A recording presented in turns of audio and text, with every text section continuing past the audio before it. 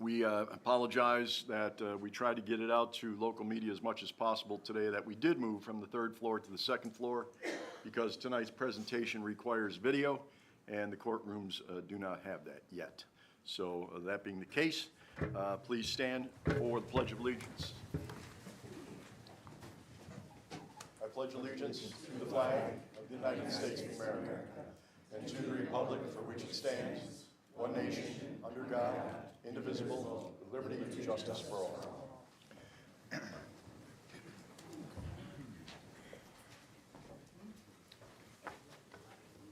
First topic of the agenda tonight is the presentation from LaBella Engineering on the preliminary report that they just finished for both the Village of Fredonia and also the town of Poffret. With that, I'll bring the gentleman up from LaBella to take over, and we will have another associate on the screen in between boards that we need to, correct? How you doing, Matt? You want to introduce yourselves? Yes, please. Thank you for having us. Thank you, Mayor. My name is Matt Higgins. I'm a water wastewater engineer working with LaBella Associates out of LaBella's Rochester office. Standing with me here tonight is Oliver Sugarman. He's a water wastewater engineer out of the same group out of LaBella's office in Rochester. And then you can't see our colleague Jen Vaughn, civil engineer, but she is participating through Zoom and she'll be speaking about some of the slides as we run through them tonight.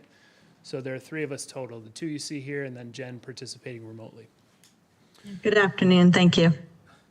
Thanks, Jen. Can everybody hear me all right? Okay. Let's see.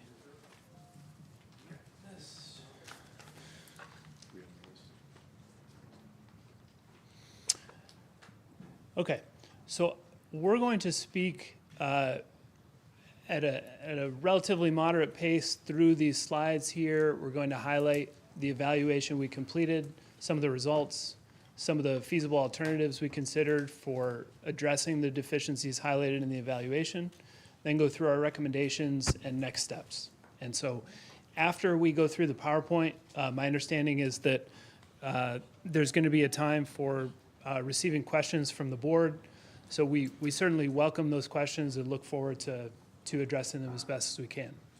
Matt, we are going to open up to the public for a limited number of questions. I also want people to know, because we got several emails and phone calls over the weekend, this is not the decision night. This is the fact gathering on this particular study.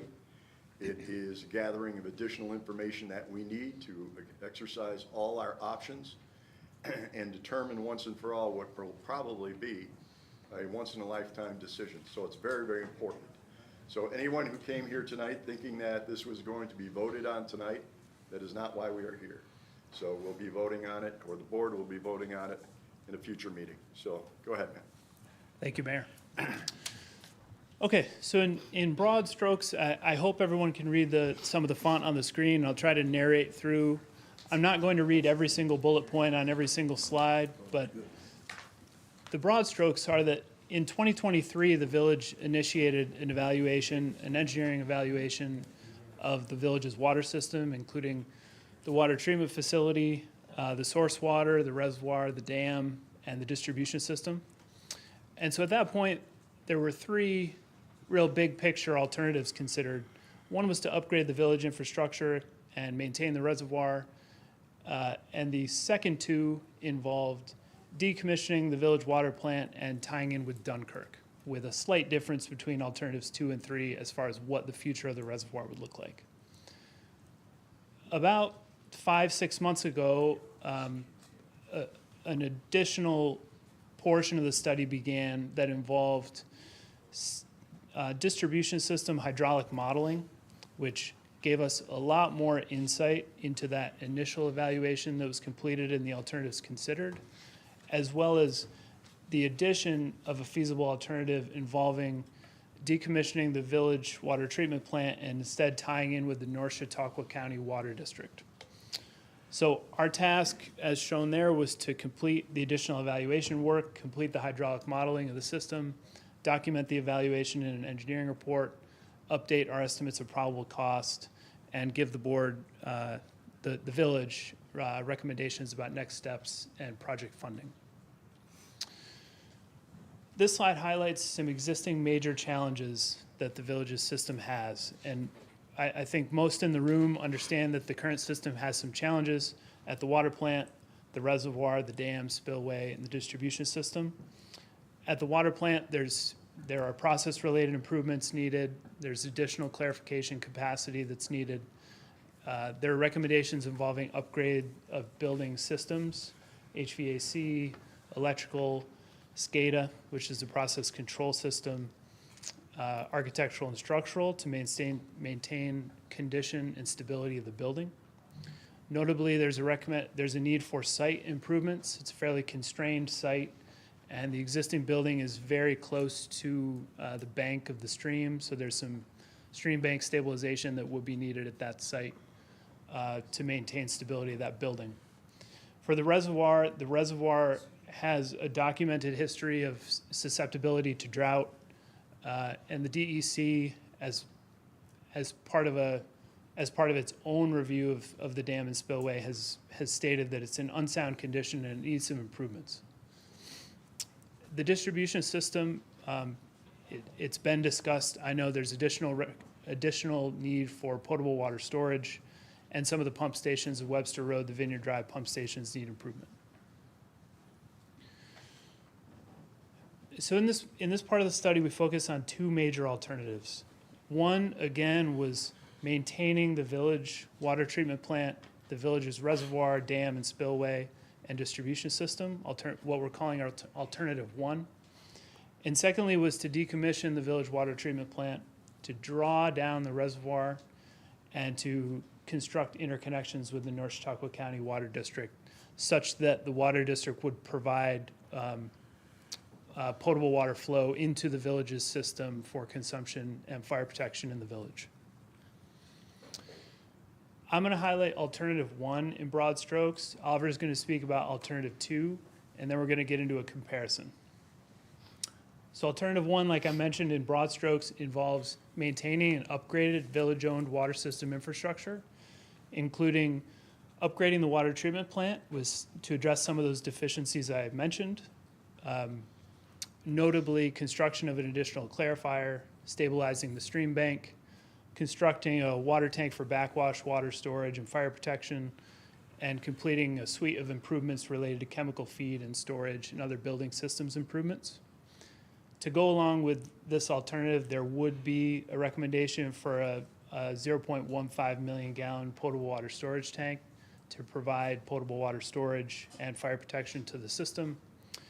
And if you can see in the top right there, top left, the image, just generally speaking, you see the rectangular shaped outline of the village with the top left in green and the bottom right in blue.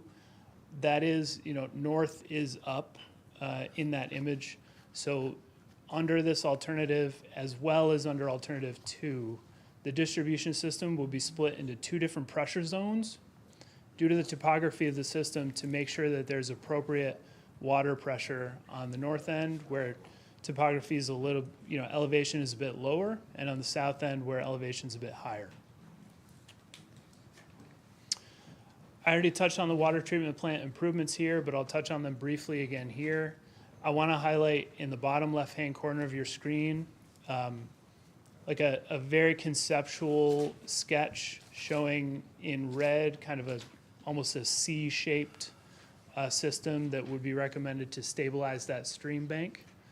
Stabilizing the stream bank would be necessary at present to protect that building and keep it stable there and in good condition and safe for operators, as well as in the long term. So it's anticipated that that system would need to remain and keep that system stable, the stream bank stable in the long term to maintain viability of the site and that building.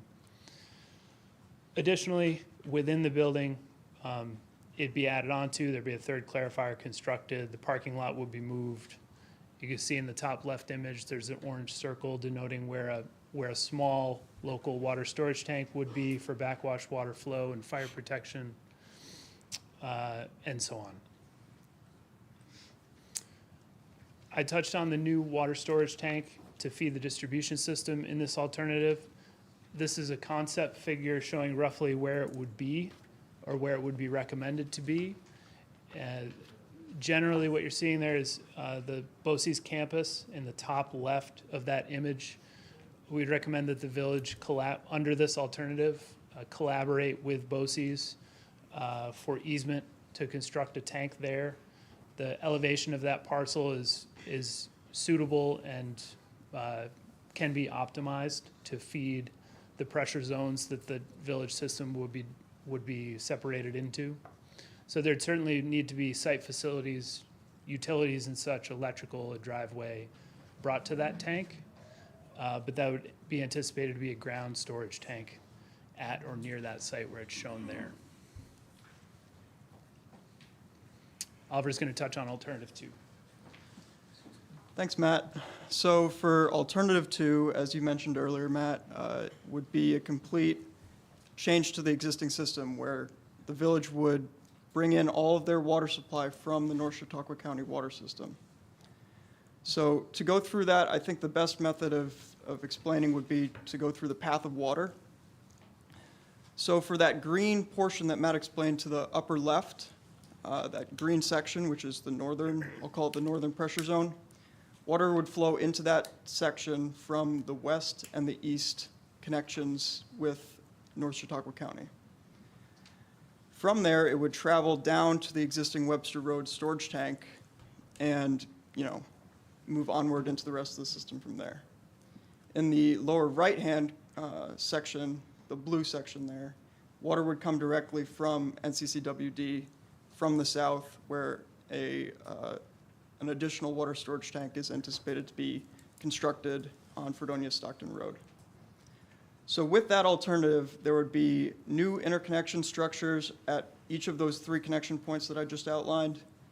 There would be the need to collaborate with NCCWD to finance a new water storage tank, potentially on that Fredonia Stockton Road site. And there would additionally be the same improvements that Matt mentioned about splitting the distribution system, obviously into two different pressure zones, as is outlined in that map there. And finally, to draw down the dam to bring it into compliance with regulatory standards. So to go in a little bit more of detail here, alternative 2 interconnection sites would be located on that intersection of Route 20 and Route 60, near Wendy's and Rite Aid. So that would be one interconnection point on the east. The next one would be on the west, on West Main Street. I don't remember the exact address, but it's a little bit farther near the village boundary. And the final interconnection would be built on Water Street at the village boundary as well. So these could be above ground or below ground structures and would likely include pressure reducing valves, control valves, and a bit of chemical injection as well. Obviously, those would require an easement or land acquisition to locate those. And finally, with this alternative and with the previous alternative, it would be necessary to isolate a transmission main along Water Street in order to carry water from the northern pressure zone into the Webster Road storage tank that I had mentioned previously. So water, again, would be brought in from North Chautauqua County Water District on the east and on the west, and it would go into this northern pressure zone and then along this transmission main on Water Street up to the Webster Road storage tank. So there's the need for isolation of that transmission main on Water Street. Sorry. Matt, would you like to continue? Thanks. So on this slide, the font's a little bit small, but we're sharing some numbers. And there's some exclusions and assumptions on the right side that I'll note in a moment. But in the first column, it is highlighting the item. The middle column is speaking about alternative 1. The rightmost column is speaking about alternative 2. And I'll run through them generally. So we've already summarized the alternative 1 involves upgrading and maintaining the village system. Alternative 2 involves decommissioning the water plant, drawing down the reservoir, and constructing the interconnections that Oliver outlined with North Chautauqua County Water District. If you look about halfway down, there's a row called project cost. And it is outlining that the estimated project cost for alternative 1 is just shy of 35 million. The estimated project cost for alternative 2 is just shy of 21 million. It's important to note at this moment a couple different things. This table excludes any grant funding. So this is just estimated project cost, doesn't touch on how much the village could stand to be awarded in grants to offset the local share. This table also excludes considerations of phasing that we'll touch on in a few minutes here that might be, depending on the alternative, moving forward with some piece of it first, getting that in place, and then moving forward with the balance of it. And in the bottommost rows, we're giving a real snapshot view of estimated life cycle cost comparison between the two. And it's notable, the penultimate line from the bottom notes the water purchasing cost. And what we're doing there is we're trying to give a snapshot of over 30 years, a simple annual average of purchasing at the current rate from the North Chautauqua County Water District, which is $6.50 per 1,000 gallons. And I don't want to dig, it's very in the weeds to dig down really deeply into that number, but I want to highlight that a main difference, life cycle cost-wise, between the two is that in alternative 1, it's the village's water. So there's no additional purchase cost because it is village water. In alternative 2, you'd be purchasing from the water district, obviously. So our recommendation is alternative 2, which includes decommissioning the village water plant, drawing down the reservoir, and tying in with North Chautauqua County Water District. And the basis of this recommendation is in large part non-monetary. The funding agency requires, when we put this report together, that we estimate capital costs, we estimate life cycle costs, which is a 30-year summary of operating, maintenance, short-lived asset, and debt service costs. And it also requires us to consider meaningful non-monetary factors. And in this case, this is a very significant decision, obviously, on the village's part, and we understand that, and we've done our best to be attentive to that throughout this effort as a partner to the village. And the non-monetary considerations summarized here form a really weighty portion of our recommendation. So I'll go through them briefly just to summarize for attendees here. The reservoir has historically been susceptible to drought conditions. In the 60s, in the 90s, it has recurred on some frequency that there have been concerns about the safe yield of the raw water supply. The treatment plant site itself has very meaningful site constraints. The stream bank stabilization system that would have to be constructed to maintain the building there and maintain its structural integrity over the long term is something that would be a significant initial cost and then an ongoing cost to maintain and make sure it is safe long term. You're one of the lucky ones, Jennifer. There is a concern not only related to drought, but also related to flood and the ability of the reservoir to have some capacity to handle a flood and of the spillway to safely convey that flood without property damage or other damage associated with such an event. We think that those trends related to extreme climate events are getting worse. And so we're particularly sensitive to them when what we're talking about here tonight is the safe, long-term reliability of a water system serving thousands of people. There has been challenges experienced by the village, despite everyone's best efforts, given the current village water system that have led to challenges maintaining regulatory compliance. And we think that there are some benefits that could be had with leveraging interconnections with a nearby system and efficiencies that could be gained through sharing of personnel, sharing lessons learned to maintain a system for village users that is regulatorily compliant. And we think that in drawing down the reservoir, we'd be accomplishing several goals, one of which is very meaningful, and it involves reducing the long-term liability associated with that structure.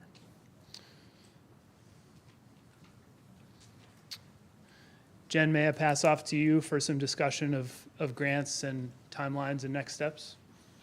Absolutely. Thanks, Matt. So in order to minimize the local share for this generational project, it's important that we leverage as many state and federal grants as possible. And so in order to do that, there are some steps to take. So right now we're presenting to you the findings of the preliminary engineering report, along with the detailed cost estimating. And then next steps to prepare for grant applications will be to complete environmental review and to advance with some board resolutions to bond for the project, and to consider intermunicipal agreements with partnering agencies like North Chautauqua County Water Authority, and finally to consider, I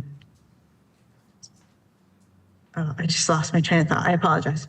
So, an income survey. An income survey is the final thing I wanted to mention. There's an opportunity to apply for some additional grants as well as some no-cost long-term financing.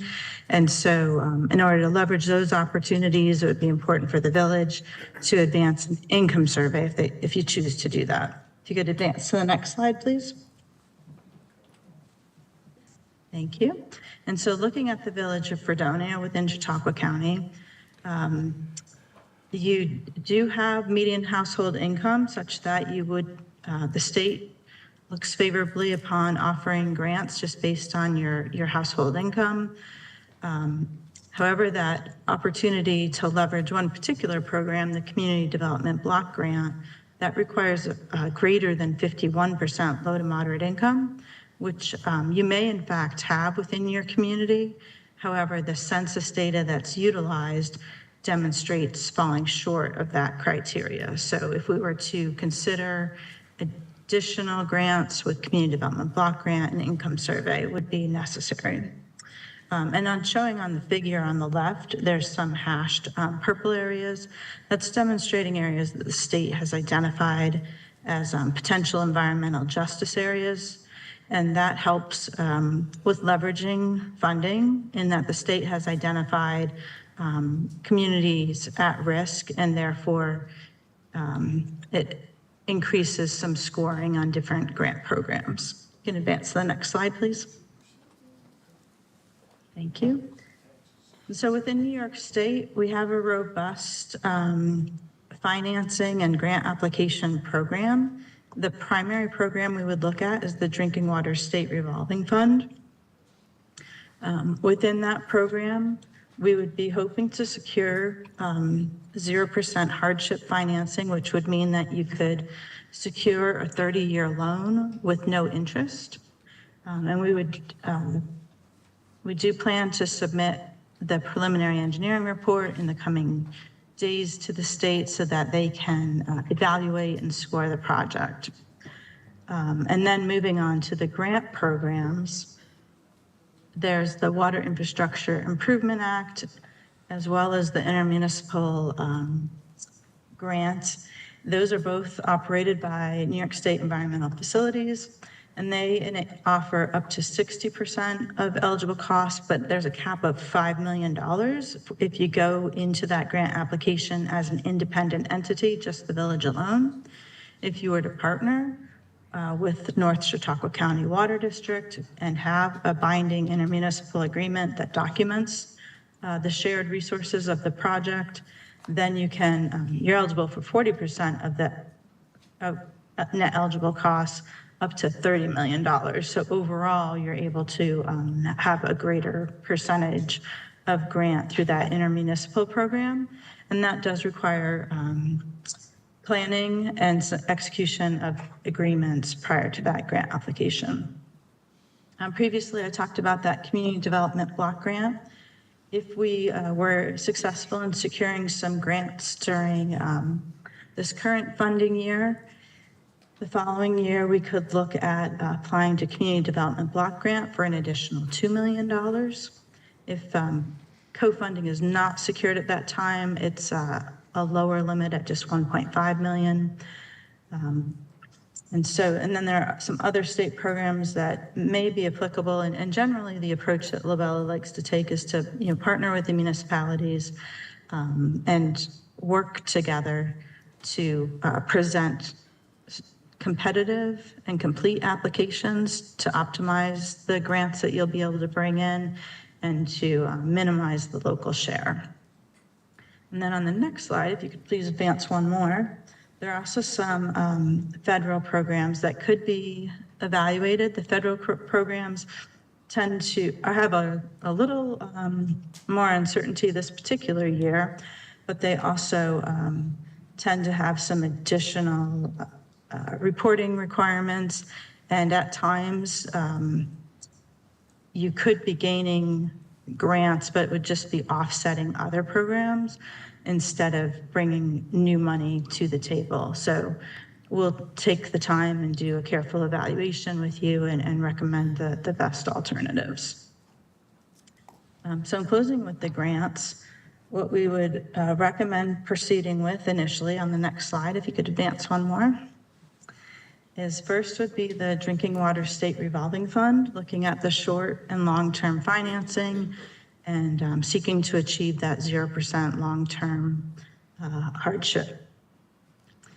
And then the intermunicipal grant could leverage up to 40% of the project. And so for this particular project, if we're looking at alternative 2, it would be equivalent to approximately $8.28 million. If other funding does come in, like I said before, that number would decrease. So there are benefits to being strategic about grant applications. And then congressionally directed spending, we know that this project in particular is very important locally. The North Chautauqua County Department of Health has identified this project as a high priority. And we know your municipal officials are working hard to communicate with the congressionally directed spending, as well as the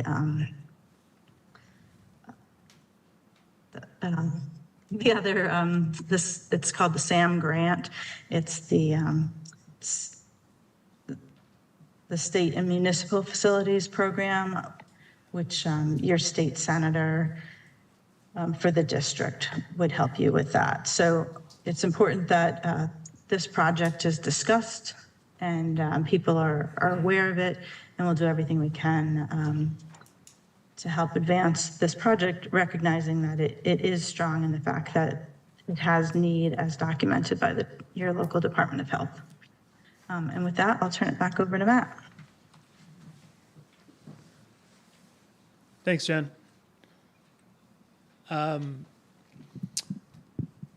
So I have some recommended next steps here, and then I just have a couple closing thoughts before opening up for discussion and questions. I think Jen covered everything listed on this slide. In the short term, we recommend listing the project on the intended use plan related to the Drinking Water State Revolving Fund and the funding agency being able to score the project. That deadline is Friday.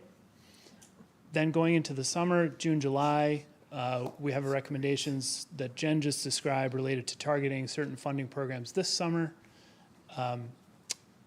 and then advancing corresponding actions needed to advance those grant applications. So the two things I want to mention, first, there has been a question for a long while here related to the potential need to dredge the reservoir. And the depth of the reservoir and sediment deposition in the reservoir. In the report we've completed to date and in the presentation summarized here, dredging is excluded. And the primary reason for that is we are trying to work with the Chautauqua County Department of Health, and by extension, the Department of Health working with SUNY to collect recent documents that summarize field work, summarizing data points collected underwater of the sediment in the reservoir, so bathymetric survey data. We just don't have those yet, but I want to explicitly note that consideration of that is still pending. So we're working on getting that into a final version of this report. I just want to put it out there that in a future time when we speak with you, we'll have a lot more to say once we get a look at those documents. And secondly, I want to close just by thanking the village for the opportunity to be a partner on this and to acknowledge that we understand this is a very significant decision for the village, and we understand that there are strong feelings, being held by folks who strongly favor one alternative or the other. We've been happy to be a partner to the village. We have put forth our best effort, knowing what a generational decision this is for the village, and we're happy. We're thankful to have been a part of it. So we're happy to take any questions, as you wish, Mayor. Thank you. We're going to open it to the board first, and then we'll open to the general public. Anybody from the board have questions for any three of these folks? Yes, I wanted to ask about the dredging. Now, you're saying that you're going to go by what the college has reported? So I can be clear, I haven't seen the documents yet. Right. So in discussions with Chautauqua County Department of Health, I'm aware that there are some documents of measurements that have been collected in recent years regarding elevations of, the land beneath the water in the reservoir. I haven't seen them yet, so I can't really say much about them yet, but I am eager to look at them and, From my learn what they say. understanding, they really didn't go very deep into the water. It was just around the outskirts of the reservoir. I've witnessed the study, and I can tell you that's wrong. They've I've gone never to the seen the deepest study, point into so- well, that's just it. So we'll make sure Yeah, I've that never those seen become it. available. But I'm not going to get into the details right now, other than the fact that we were at a presentation that went through those depths and went through, These are 100-year professors, life though. site. They're not engineers. we're also scientists, so. They're professors. Okay. So I would say as far as dredging goes, and I'm not trying to put words in Matt's mouth, but unless they know exactly how much is going to be dredged, how much sediment needs to be taken out, they can't put a price on it because it's so much per ton. So without knowing how much stuff there is to bring out, if they gave us a figure, it would mean nothing because they don't know. Although if over an 18-year period, the capacity was depleted by 35%, that's significant in 18 years. Mm-hmm. And the last one was done in 2007. So 18 years down the road, it might be another 35%. Nobody knows. That's Keep why- in mind also, I don't mean to Yeah. interrupt you, but keep in mind that when you dredge, you simply don't throw it into the back of the truck and take it away. You have to build concrete bunkers that have to be able to hold that material, because some of that material may or may not consider contaminants, that can get back into clean water at an incredible cost, and we don't have an idea. Couple questions. So I know a couple months ago, we had passed a resolution to order the environmental impact statements. Have those been completed or are we still working on those? So I do recall the resolution. Work related to seeker has not begun Okay.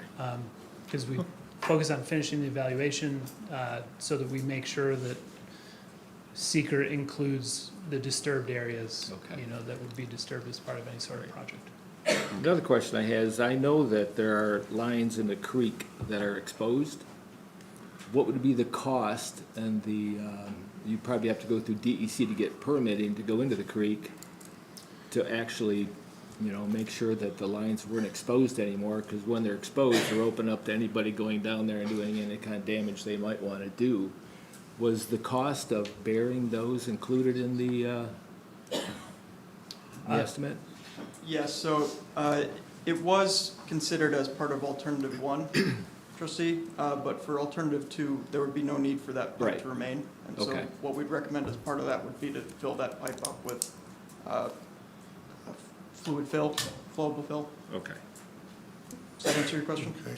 Does the cost of option two include, or does the price, option two include the cost of dismantling the water treatment plant? Because we were, in conversations we had with the Department of Health, as long as it was decommissioned and no longer able to be used, there was not a requirement to dismantle it right away. But we could do that at a later date. I would talk about that as well. So with, yeah, thank you, Matt. I'll wait until. Yeah. So as part of the decommissioning effort, the first step for alternative two would be to demolish the upper story and then fill the bottom story with flowable fill. And then also to stabilize the bank as well, because you don't want anything falling down into the creek. Right. If the village were to leave that structure up, that just increases the possibility of the stream bank stabilization failing. Maybe it's not 5 years from now, maybe it's not 10 years from now, it might be 15 or longer. So that is considered in our report. Okay. But the method that we chose to go with was to completely remove it, just to improve safety at that site. Okay, thank you. Any other Trustee- questions from board members? Yes. I'm sorry, Matt, go ahead. I realize, I think that I skipped over this side, and this slide, and I just wanted to highlight it for clarity here. Alternative to,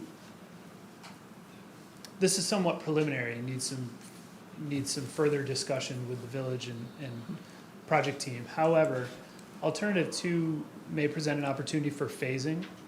You notice on a previous slide, we presented an estimated project cost of alternative two, just shy of 21 million. I think it was $20.7 million. Because of which of those millions would be eligible for this funding program versus this, we think there's an opportunity to do everything except the dam and reservoir work in what we would call phase one, for an estimated price of 17.5, and along with saying that that's the estimated construction midpoint there would be about 2028, and then advance the reservoir related work in a phase two part of that. So it's outlined generally on the slide. I just want to, Okay. because in alternative two, the dam and reservoir work would not be related to preserving the reservoir as a drinking water supply. So I think our preliminary determination is that project cost would not be eligible for Environmental Facilities Corporation funding, lending itself to a phased approach there. Also, to add to that, Matt, if you don't mind, is that it also lends to the actual need for sequencing of the project. Obviously, you can't remove the reservoir until you've established a new water source. So you build the first phase out, and then decommission the reservoir and dam afterwards, once you've actually got a new water source. Before we go to any more questions, I had a couple of questions that were posed to me during the course of the week, and saying, why aren't you considering a direct line with the city of Dunkirk, which would come up through Central Avenue and that type of thing. When this process was started a number of years ago, both communities had the ability to, you heard the word tonight, get involved in an intermunicipal grant. But both communities were a little more flush with finances at the time. Right now, the city cannot participate in an intermunicipal grant with us, and had offered at one point to donate land which could have been used to build pumps that would have been needed regardless to move the water forward. Unfortunately, that is not accepted as an intermunicipal offering or an intermunicipal possibility. So that took the current opportunity to connect directly with Dunkirk out of the participation right now. That's why we are down to these two alternatives. And I want to remind people before we do open up for the public speaking, which we welcome, and if there's people in the hallway, if you can come up front, so I'll kind of let you come in first because you've been standing out there. I do want to remind them there is no vote tonight. This is not being voted on tonight. Obviously, it's preliminary studies. We are much closer than where we were before with regards to discussing options. I'm also asking, as we ask anytime we open discussion to the general public, that we do so without slander and, maintaining our decorum, as we're all here for the same reason, the same purpose, whether we believe it or not. So with that, is there any more questions for I me? had some more questions. Go ahead, Ben. And one of the things you highlighted is, up near the beginning, was the cost of purchasing water. And you pointed out that the cost would be zero with the option of rehabbing the reservoir. But that water's not actually free. That's just, it's free to take out of the reservoir. How much does it cost us per 1,000 gallons to produce that as drinkable water? What's the cost of that?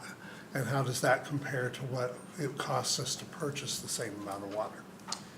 So I thank you for the question, trustee.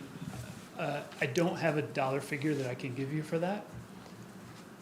What I can do is describe a little bit better what the last 6 rows of this slide summarize. The cost, generally speaking, to address your question, the cost to a village user per 1,000 gallons of water from the village reservoir, the village plant, and the village distribution system should reflect the cost that the village has to expend, system-wide, and then divided by the number of users to produce that 1,000 gallons of water. And so those 5 categories, the ones that are indented, debt service, O&M, short-lived asset, and purchasing of water, those costs each year, as I'm sure you know as a trustee and a village leader, get translated into a rate that is then set for village users. And so in alternative 1, of those 5, only 4 apply. And so that rate reflects debt service, operating costs, maintenance costs, short-lived asset costs. And then at that point, once you've spent your money and village staff have done their jobs to produce that water, there is no 5th cost to purchase it from another entity. Whereas in alternative 2, there is that additional cost. And so that doesn't answer your question looking for a specific dollar amount, but it gets to the fact that in alternative 1, only 4 of those 5 buckets are full, so to speak, of cost that then has to be split amongst users. And in alternative 2, there's a fifth bucket. The 4.7 million for purchasing water, that's in year 30, right? That is not in year 1 or. That is, so what we do, without trying to share a spreadsheet that is too small for everybody to read, we project out each of those 5 categories every year in a different column of the spreadsheet for 30 years. So year 0 to year 30. And when we do that, we estimate that every year inflation is going to be 3% from year, so 3% annually every year up to year 30. So then we sum up those 5 buckets again, so to speak, and what it would cost in every year based on our projection of O&M needs, short-lived asset needs, debt service that's typically forms something like a mortgage payment that stays the same each year, and then any water purchasing costs. And so we get 30 numbers at the bottom of our spreadsheet.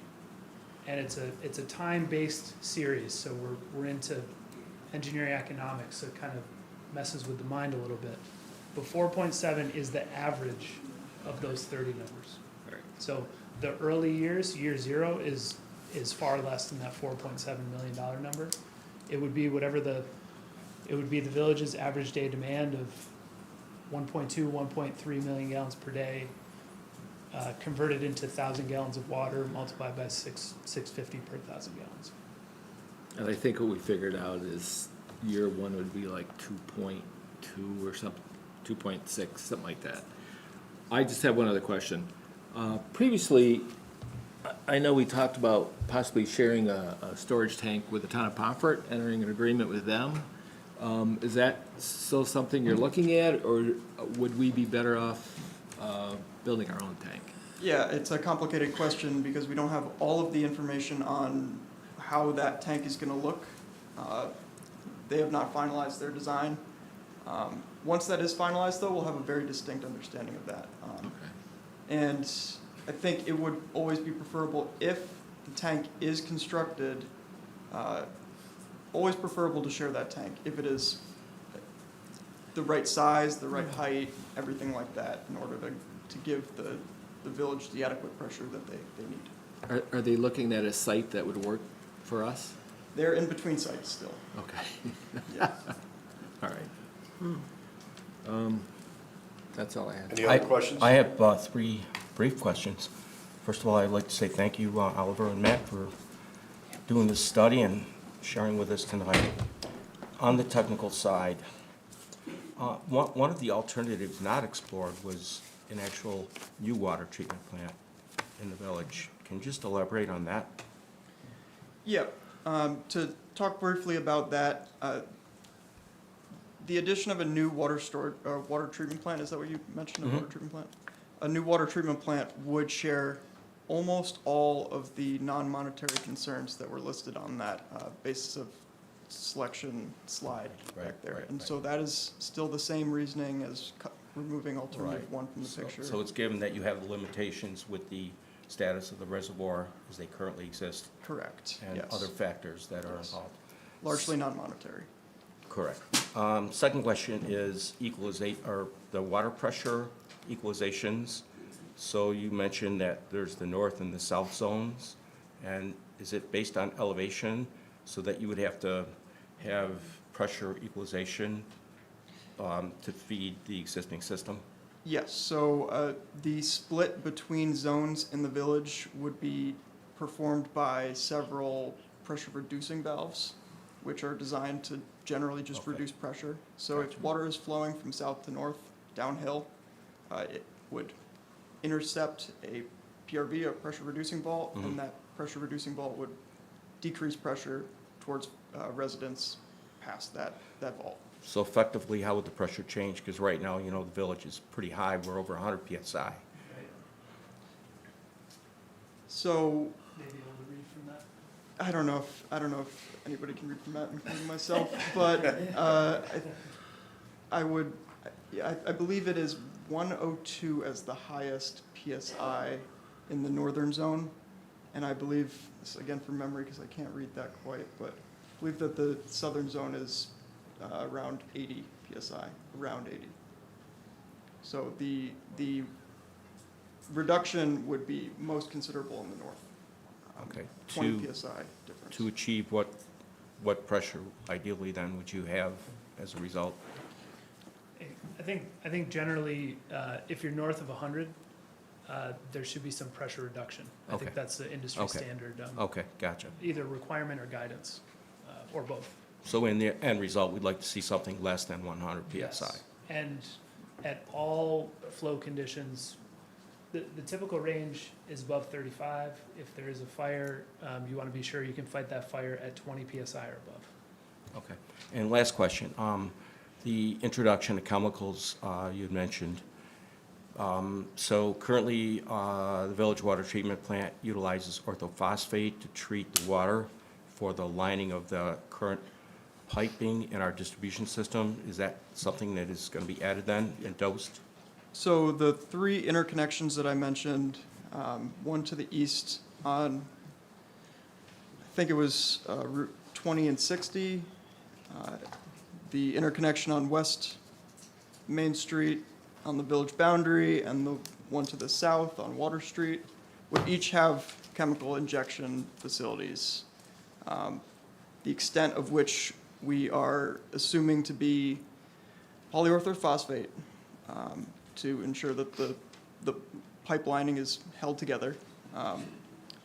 Sodium hypochlorite to ensure that, chlorine residual is adequate, and am I forgetting one? Possibly pH adjustment. Yeah, possibly pH adjustment. So then how would that dosing be controlled and monitored? It'd be an ongoing O&M item that the village would have to take on. Okay, So as with any sort of chemical storage, there'd be requirements related to safe storage, health and safety of any sort of operator that was checking on that storage facility, and then some sort of telemetry-based alarm that would alert distribution system operators, if there were some sort of issue with the pump. okay. So that would fall on the village to Yes. be responsible for that? Yeah, I do expect, Right. unless there were some sort of intermunicipal agreement where another entity were assisting by providing Okay. some of that support. Great, thank you, gentlemen. Yeah, thank you. Any other questions from the board? If not, go by first hand in the air. Yes, sir. Could you go to the overall alternative analysis slide again, please? Sure. Do you remember which one? I'm looking at it, I took a picture Is that this of one? it. That's the one. Yes. Could you explain in common language the last row there, the annual cost / EDU, and explain the two amounts there? Thank you for the question, and I apologize for not defining that acronym. EDU stands for Equivalent Dwelling Unit, and it is a way to evaluate costs amongst different types of users. So you think of your typical standard family home, that is one EDU. Whereas if you think of a big industry, they're consuming a lot more water than one average household. So one industrial facility might be 550 EDUs, for example. So when you split up the total cost of improvements among users, EDUs is an easy way to make sure that you send the bigger users a bigger bill than like the single family households. So what unit is that measured in, the 1,407? That's not, that's, So that is an estimated annual cost per EDU. So annual cost per single family household could be another way to think of it. cheaper for a single family household. Assuming that nobody gets any grants. That's with no grants. I'm just asking a No, I know, question about I the know, thing, but you okay? have to keep in mind that that's with Well, us bonding 40 million or something. Just want to make that clear. So, but again, before I was interrupted, the $1,407 is what your average household would pay per year over the cost of this, correct? That's your approximation. You're correct that we're estimating that alternative one on a life cycle basis is less expensive than alternative two per household. Did you say that again?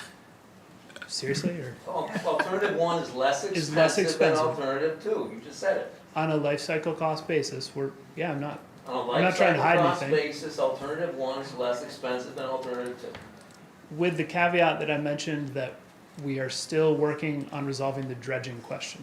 Okay.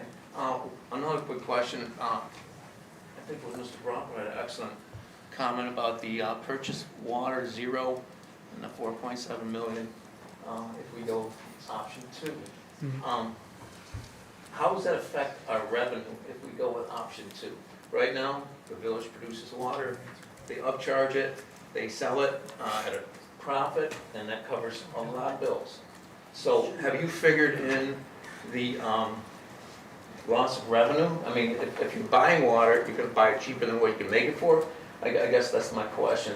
I mean, you mentioned a lot of non-monetary factors that were considered. In my mind, the situation that this village is in, monetary factors ought to be the only thing that we're considering. Thank you. I appreciate the comment. As I was describing to, in the response to one of the trustees' questions, those 5 categories there, those 5 rows that are indented on that table, in alternative one, only 4 of the 5 contain a number. And so the water rate that the village sets, that people then pay in the form of bills and that you're referring to as revenue, should cover those costs. So if there's some profit there, then there would be no more profit. But I don't know what the balance of, like, my assumption is that the village sets a rate that covers its water system costs, and it's a net, it nets out. And so in alternative two, I think I highlighted previously that that fifth row, purchasing of water, there'd be an additional cost because the village and village users would have to purchase it at the set rate from the North Chautauqua County Water District. But you don't have those figures, correct? Off the top of my head, I don't have the numbers for that, no. Is there another question from the room? Yes. Do you want some people to come up and that signed in, or how are you doing it? Folks, if you're out there and you do want to come in to speak, if you can just come in and sign in or line up so that we can take you one at a time. And please introduce yourself.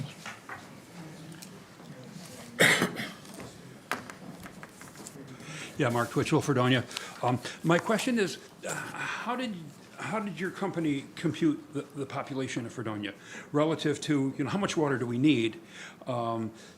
In the Dunkirk study, it appeared to me that you were counting the college population twice. You were counting them as residents of the village, but also as residents of the campus. Am I right about that? It doesn't seem like our population is as high as you were using in the Dunkirk study. And I did get a chance to look briefly through the preliminary NCCWD study, and I see you're using the same figures there.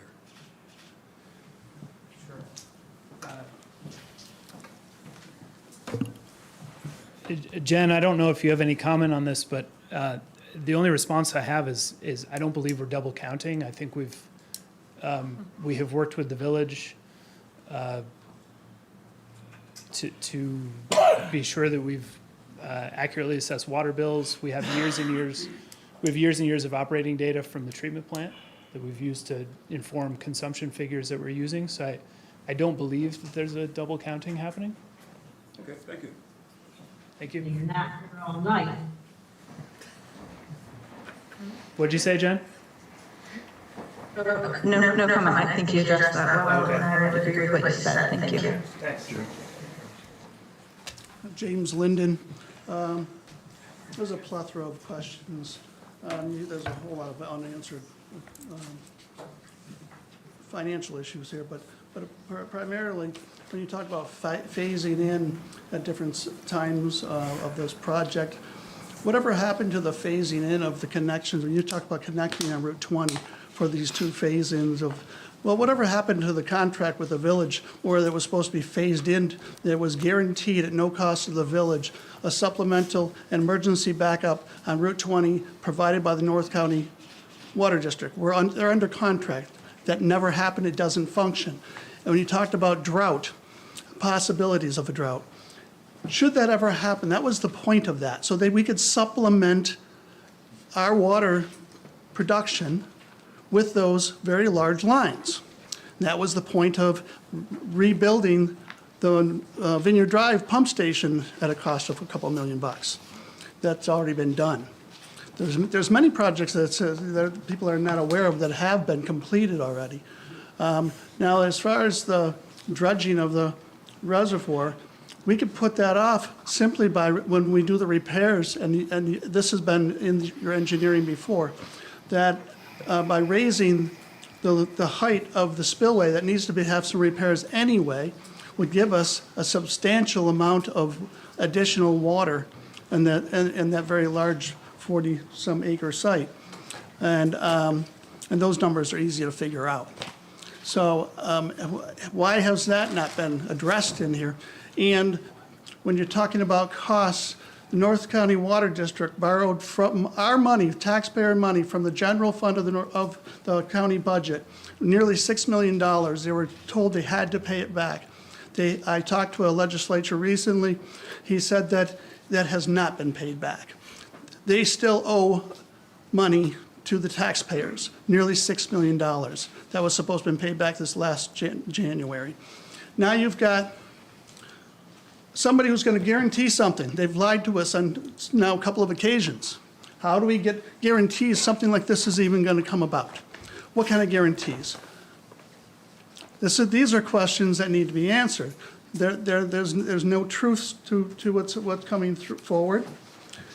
And if they don't have the money to make it work, well, they're telling us, well, you could go after grants or whatever.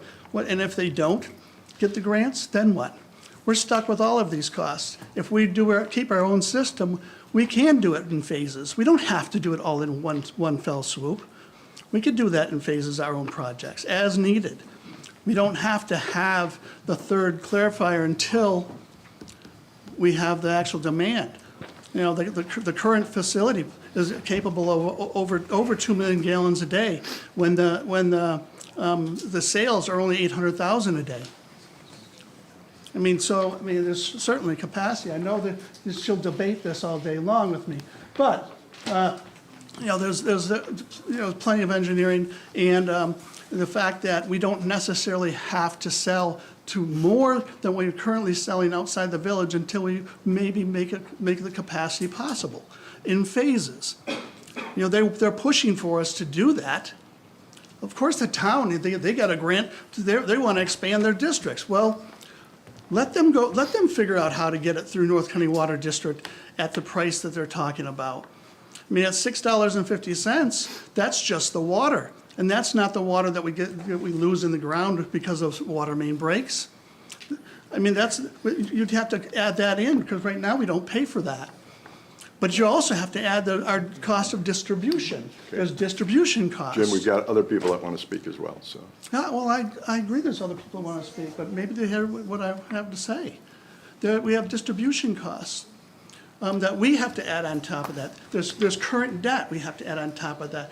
There's then the new debt from all that you would have, you'd have to implement that immediately, and so that's a total new debt. When you say phases, well, you can't shut ours down until that's connected, so that's new debt. And then we're going to have the loss of our revenue from outside the village sales. We're going to lose that revenue.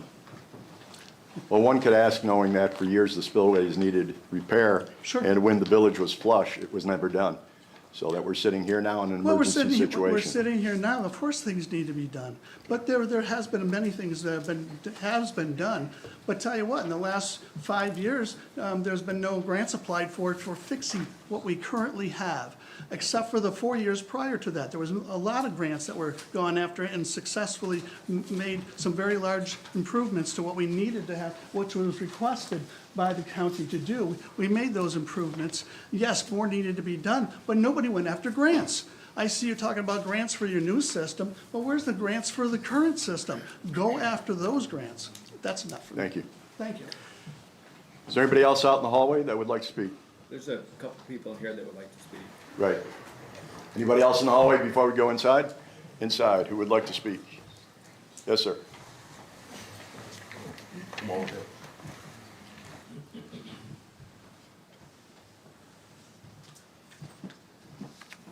My name's Rick Ketchum, I live in Fredonia, 22 Burnett. One of the things I'm greatly concerned about is the debt capacity of the village. I mean, if we look at these numbers here, there's about a $14 million difference, assuming, and I think I'm not saying it's not a reasonable assumption because it's disclosed, but I think it's an unreasonable assumption to make when we're sitting here looking at it, to think we're going to get $0 in grants.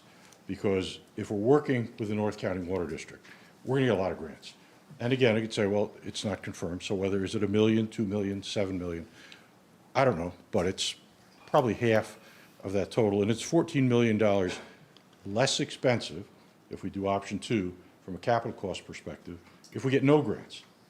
So if we look at the debt capacity that the village has, we had a fund balance, which has been spent down to 0. This may not be directly related, but I thought it was instructive. I read the Buffalo News, and Buffalo School Board was talking about bigger numbers, talking about spending down $78 million from their fund balance. One of their board members, school board members, states, quote, and I quote, "I keep saying in 2030 we're going to fall off the face of the earth, if we continue without cutting expenses, which largely means cutting staff. In a Buffalo School District, 82% of their expenses are salaries and benefits. If we look in the village, 73, 74% of our expenses are salaries and benefits. In the long term, whether it's water, police, fire, we've got to do something to cut our expenses. And to have this type of, if we went option one, to, which also, by the way, it's a 30-year life, but I didn't see anything in there about 30 years from now, we'd have to replace the plant again. If we really looking at what we're supposed to do to keep the plant up, this is what it would cost to fix it now. How about 30 years from now? We're going to have to throw in another X. So I think that's very important that that be considered too. So I really think that our debt capacity, which certainly is limited, the volume, if we put it through the North Chautauqua County Water District, the price per unit will come down. They have tons of capacity. So the price per unit to produce the water will come down for everybody.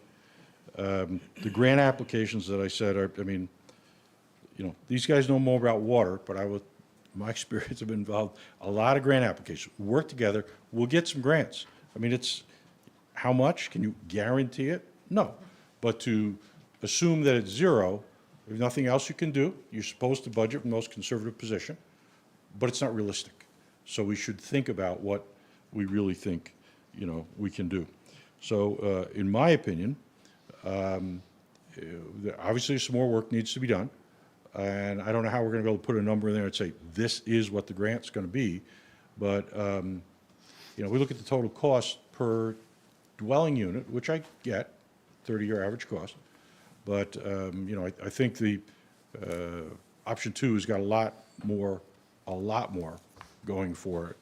And I strongly encourage that the board choose option two and do so expeditiously. We got grant deadlines Friday. I mean, it's year after year after year. We will get there some point in being in the North Chautauqua Water District, in my opinion. I hope it's sooner rather than later. Thank you. Is there anybody in the room here that would like to speak on this subject? Yes, sir. Simple question, Bob Scott. Is this slide presentation going to be available on the village website so we can look at and dig into it a little bit deeper? We can make that happen. Thank you very much. Well, you take a note on that for me? Thank you. Hey, Matt, I just have one more question. So you had said that the IUP was due on Friday? What Yes. needs to be done between now and Friday to make sure that gets submitted? So the intended use plan deadline is Friday. It's a very simple submission. It is a listing form that outlines a summary of the project, the estimated cost, the estimated schedule, and is submitted. So that's something that we could assist with. It's something that I feel confident village staff could handle on their own. And then that is a submission that advises the funding agency that this project is coming, that the village is in a planning stage of a project. And then as further discussions take place, as environmental review is advanced over the summer, and as ultimately, hopefully an intermunicipal grant and or other grant applications are submitted, that listing can be updated. So if there's certain new information, if there's certain phasing that is comes into view, you know, later on in the summer, that listing can be updated. So I guess, at least I the think we're ready. confusion We're not ready. from me is that, you said you would list the project on it. We don't know what the project will be, so do you send both of them in? Both, 1 and 2, because we don't know which one we're gonna select yet? Jen, can you advise on that? Can you hear Trustee Esperson's question? Can hear you. Typically, the listing form is, would be based on the conclusion of the preliminary engineering report, and it would present the recommended alternative and provide the relevant information for that particular recommended alternative, a single alternative. As Matt had stated, if conditions change within the community or the water system, or new information becomes available, you can update that listing, update the preliminary engineering report, present new information, and the state will receive that information. What's important is that you do place a project on the list. The state is aware of the village's need, and they're looking for demonstration of some compliance with some of the violations that are in hand, and they can't offer grants unless you're on the list. So regardless of which alternative you select at the end, when you get to the time of design and construction, at this point, at this preliminary point, what's important is to present the project to the state so that they can consider it in concert with the village and the county. Thank you. Okay, we had one last question. Leanne Mazzaroni, when do you think you're gonna make a decision? What's the timeline?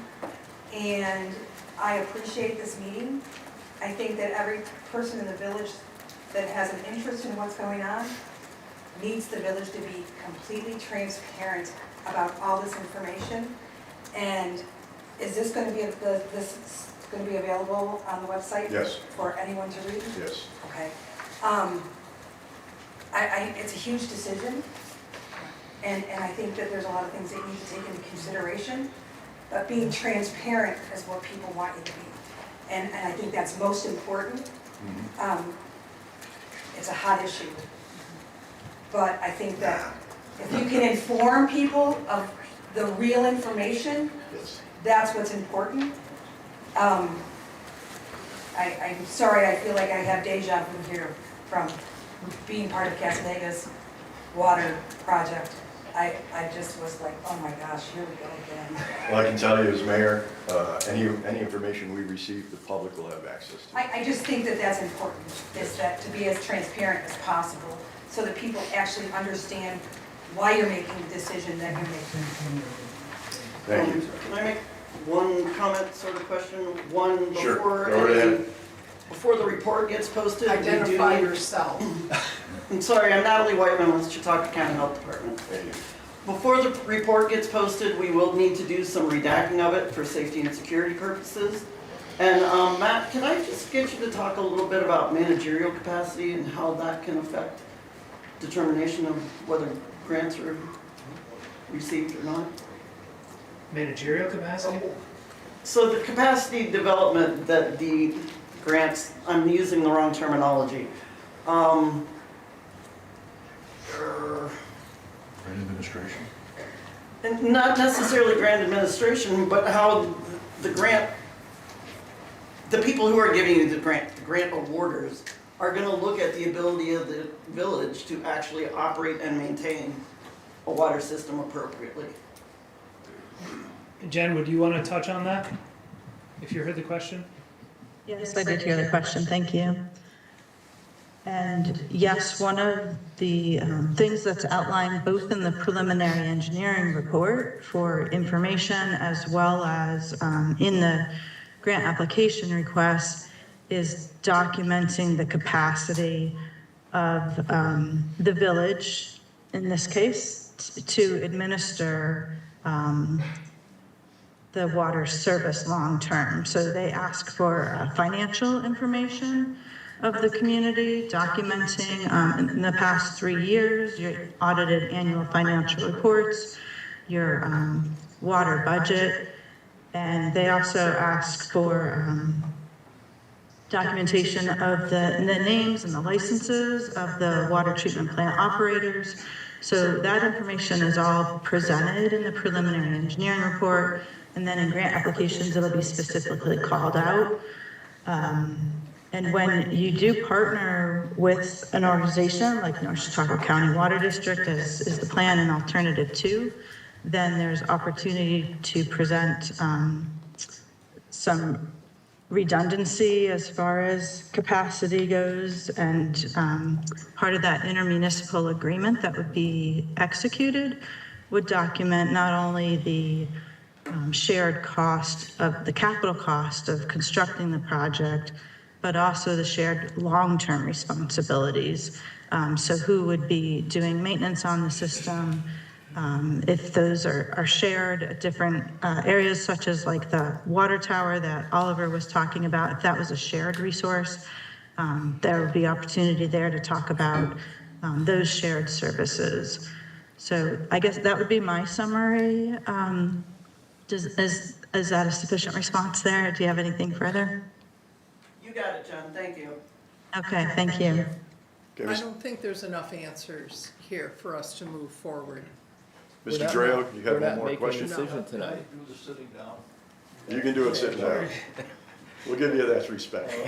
Are there any new distribution lines to be constructed within the village? You touch on that?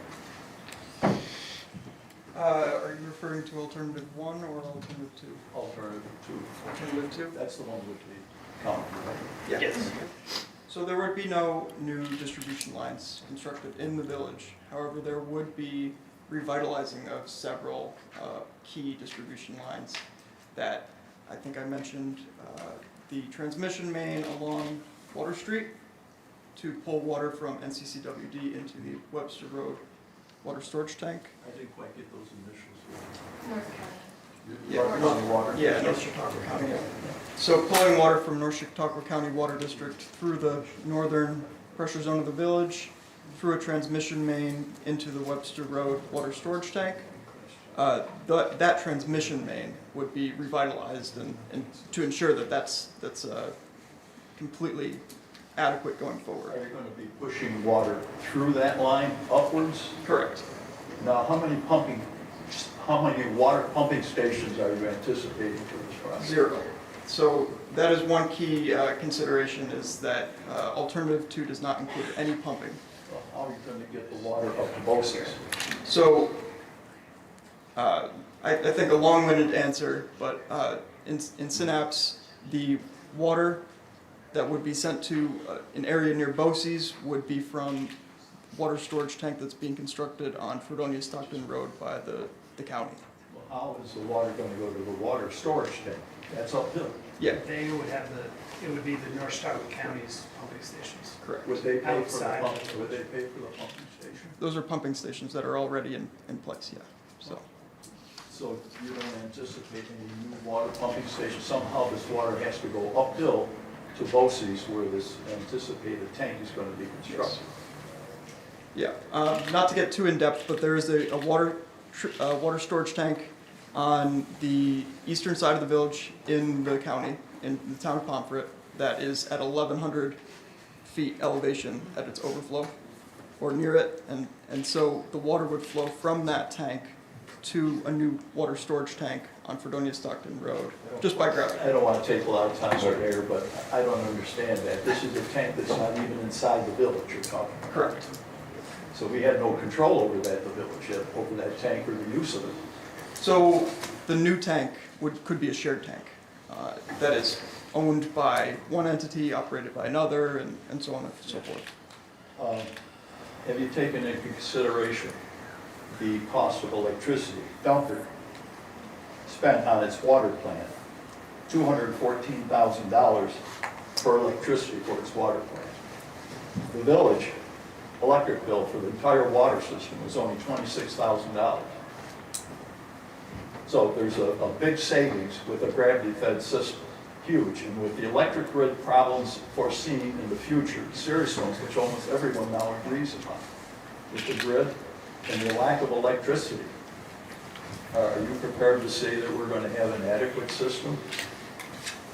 Let me ask this, is LaBella convinced that this new alternate 2 will provide all the water, 9 water districts, not 3, you had mentioned 3 in the initial presentation. There's 9 water districts, not 3. And there's a lot of individual hookups. It's a large area. The village is 5 square miles. Are you convinced that your system will provide all the water that the village and all the districts require? Yes. A clean, clear water? Are you going to push water up a pipe at all? Is water going to be pushed up existing pipes? Certainly in one place or another, yes, it would be. Don't you have backflow problems with contamination when you do that? there's a potential for that when you backwash. Water going in the opposite direction from what it's been going for 100 years, it can create serious pollution problems.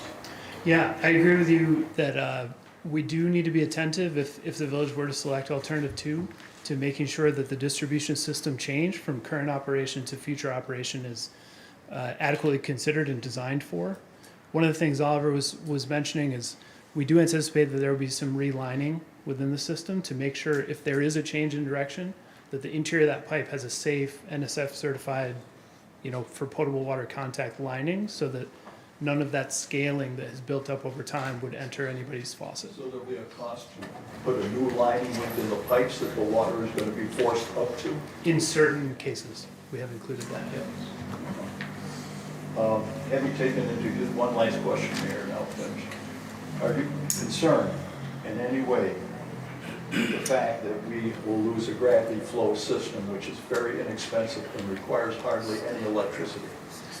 We do favor gravity flow instead of pumped flow, because it's on demand, it's up there. If a fire happens, you just open a valve and it goes. The system demands it and it's there for the taking, for use. When we looked in the 2023 work or version of this study, when we considered the interconnection with Dunkirk, that was one of the big cons associated with that direct interconnection, because we have a big pump station over on their side of the thruway, and we'd be pumping under, with these big 100 horsepower pumps or so right into the system. And so if there were to be an issue with those pumps, well, number one, think of the electrical, like you're saying, you're fully reliant on that electrical. And then if there's a high level of redundancy required, because if there's an electrical problem or a mechanical problem or something happens with one of those pumps, the village is very dependent on them if in that direct interconnection with Dunkirk system. If the pumps don't work, the village won't get water. And so in this alternative involving tying in instead with the North Chautauqua County Water District, I know it's challenging without getting into a surface and elevations and looking at exact numbers and elevations and tank locations and such, but it does become more of a gravity-fed system. It's not as gravity-fed as the village's current system is, where you have an upland reservoir, you just treat it and go downhill, but it is more gravity-fed than interconnecting with Dunkirk would have been, for example. Thank you for the question. Gravity-fed, you have to use pumping stations. You have to pump up to the tank to keep the tank at a, And yes, if the pumping you do. stations fail, we won't get any water, correct? And so that's why the development of an intermunicipal agreement that would outline, ownership and operational and maintenance responsibilities between the two entities, and then make sure that those alarms are in place. If anything were to break down, that there's, a response by qualified personnel to take care of that and make sure there isn't any sort of deficiency to the village. And lastly, to those pumps, under normal operation, those tanks would be kept within a certain, above a certain low water level. And if the tank were to drop below that, there typically is a buffer between when somebody qualified gets an alarm and when you're actually going to have problems. So there's a built-in response time to be able to deal with that emergency.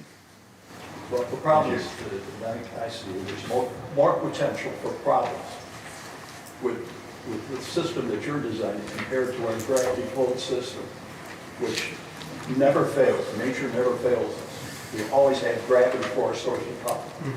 That's all. Thank you for the question. We want to thank LaBella Group, and we also want to thank Chip Rewald for making all of this available here tonight with the video and the audio.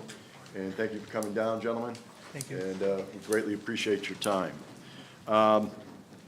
Mayor, just one thing before we finish up, and Yes. this is really more for Alyssa, because this comes up a lot. Can we take money that we make from selling water and use it to pay our police department? Because my understanding is water revenue has to be used for water. Right. Okay, thank you. That's all. Thank you. In the interest of circulation of people's legs, we're going to take a 5-minute break and start the rest of the village workshop before we get into it. Thank you.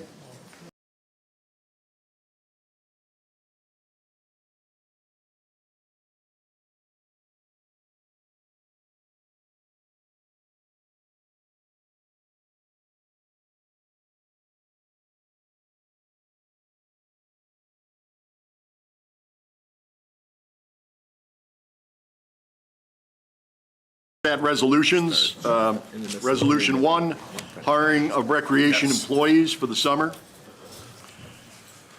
Resolution 2, hiring of auditors. Resolution 3, budget transfer. Resolution 4, permanent hire of Louis Fred. And number 5, Pomfret water application. I do have a question on that. Yes. It says at the very end, it's for commercial use, and I wanted to know what commercial use. If I we have any believe- other information on that. There- I believe it's Route 60, correct? 9674 Route 60. There's a That's little the new, house there. it's the new O'Reilly's and. No, no, no. It's down the no. street further? It's on, right. It's not, I don't. Do you know what commercial business is going there then? It doesn't say commercial, it says residential. Go on the Application next page, of John. residential water. Go on the next page. Oh, I thought that was the O'Reilly's, but you're right. It's residential. Wait a minute. Hereby approves the commercial water service at 9674 Route 60. So it needs to be retyped. There's two of them. I mean, it says residential at first, whereas the town of Pomfret has received the application of a residential water within the North End Water District service at 9674 Route 60. And at the end, it says, be it resolved that the Village of Fredonia hereby approves the commercial water service. Is that just a typo? That must have just been me, yeah. Do you think that's a typo? Yeah, we can exit out Okay, and thank initial it. you. We'll take care. Thank We'll you. correct it before the final. Well, whoever's going to read that will have to Yeah. take out that commercial. Thank you for listening. Well, I think you just won reading that one, I think. Am I the one reading it? Well, good. I hope. Yeah. Okay, department reports. Mike, there were two other walk-on resolutions we received. We do have 2 other walk-ons. Go right ahead. Okay. One was purchase of the police car that was in the budget. Yep. And the other one was to remove parking meters on Route 20 east of Water Street, east of White Street. Yeah, and I did this afternoon speak with Alyssa about that, and I want to talk with the chief later this week. Those, I believe it's a total of 6 meters that a couple are in front of a residential and the others were in front of the one White Inn. Being able to move those further down, there's a couple that, locations that don't have parking meters, and see if it's legal to put them there so we don't lose the revenue, but I'll talk to you about that during the week. Where they are now, it's zoned residential. It's not a Right. commercial. Right. So it's just beyond, just so everybody knows what we're talking about, just beyond O-zone, with the exception of the White Inn, sort of ends our quote-unquote business district in that downtown corridor. So it's been kind of unfair to the people who live in those houses right there. They have to have a parking meter right in front of their house. So we're talking about that as well. I think there was a business there at one time. That's why they did it. Yeah. So So, that could very well be. we're gonna start with the fire department tonight because we have some special presentations that have to be done, and they can't put out fires or save lives if they're here until 10 o'clock at night. So, we're gonna turn things over to the fire chief and give him the first chance to, give his report, and then we'll get into, the awards. Thank you.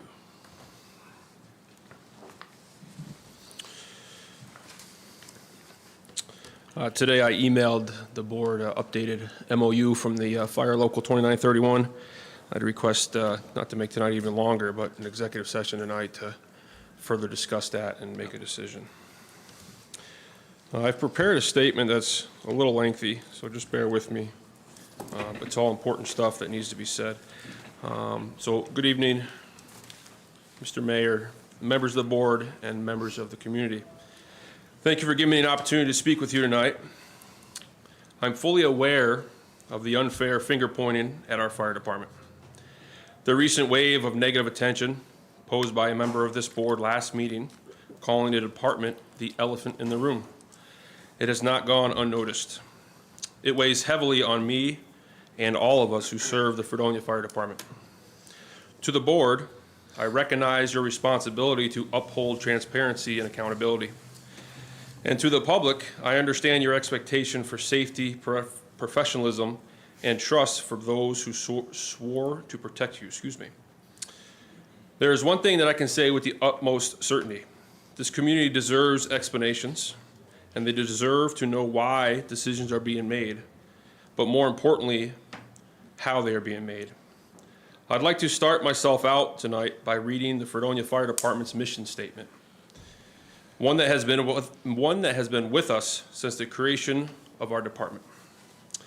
The Fredonia Fire Department is committed to providing emergency and non-emergency service to protect lives, property, and the environment of the community that we serve. When municipalities find themselves financially challenged, like us here in Fredonia, the finger pointing starts. Unfortunately, this unhealthy cycle started a few months ago when Chief Price pointed the finger at the fire department, stating because the fire department, the rest of the departments, I would imagine referring to his own, would have to go without. Specifically referring to the Fredonia Fire Department's staffing levels in 2014 compared to today. This statement made me super curious. Everyone knows I was hired here a little over 3 years ago.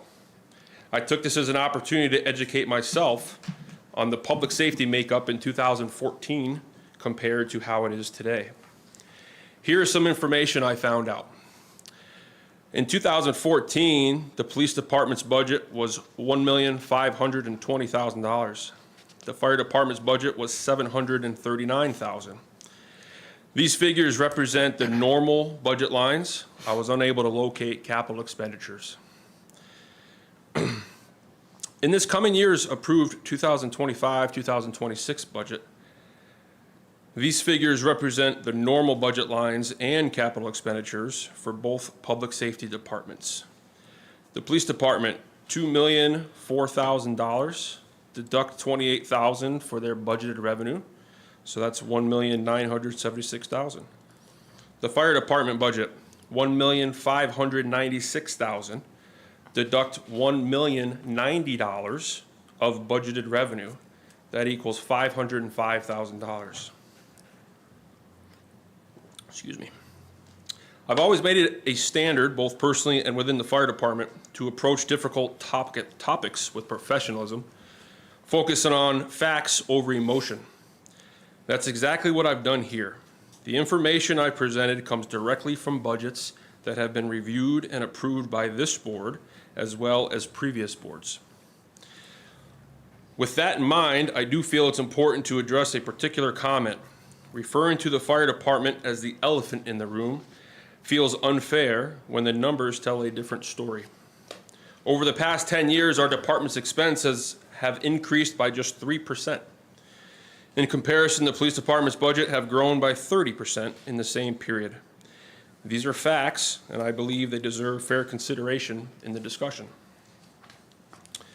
Continuing my hopes of transparency, last meeting, a gentleman from the public had some questions regarding the purchase of the new ladder truck. Personally, I thought they were excellent questions, and I'd like to take a moment to answer them. It was asked, did the board do any due diligence on the old ladder truck? Was anything wrong with the old ladder truck? Our previous ladder truck was replaced, our previous ladder truck that was replaced was a 1999 Bronto Skylift. The due diligence and justification for this much-needed replacement is twofold. This piece of apparatus would literally break every time it started or responded to an incident. Furthermore, the National Fire Protection Association, which is NFPA for short, sets minimum standard criteria on basically everything related in the fire service. NFPA 1900 suggests that apparatus should provide 15 years of frontline service and then be turned over to a reserve status. What this means is we don't use it for calls, it sits in the back line. Annex D of that NFPA further recommends that apparatus that are more than 25 years old be retired from that vehicle fleet. The Brano Skylift, being 26 years old, meets both recommendations. Once an apparatus gets that old, it's very difficult to find parts, replacement items, etc., as well as that previous statement. The second part of that question, was anything wrong with the old ladder truck? Yes. At the recommendation of our fleet mechanic, it needed a complete refurb, where the whole ladder assembly would need to be removed, all hydraulic lines replaced, etc. The starting quote for this was $400,000 just to take it apart and start looking at it. This was all explained when the purchase of the apparatus was made 2.5 years ago. Another question that was excellent, and I want to answer it. Did we go to the used market? Indeed, yes, we did. No available used apparatus that met our purchasing needs throughout our process were available. While we were speccing the new ladder truck, we, the truck committee, which consists of 5 people, performed nearly 24 site visits to view numerous manufacturers. This question also stated a relevant comment. Apparently, we picked up a used ladder truck and we are using it. Correct. We were lucky to find a used 1997 ladder truck from a department in Hamburg, New York. Here's why we cannot keep this apparatus and cancel the order of our new one. First, the same NFPA considerations as I mentioned a moment ago. This truck is 27 years old. Second, the staffing levels that we currently have. This ladder truck is a dry truck. What that means is there's no water tank on board, which that means it requires additional personnel and additional apparatus to respond with it. This ladder truck was a simple stopgap, an interim fix while we spec'd and bought a new ladder truck that this community and department needs. To the gentleman who asked those questions, thank you.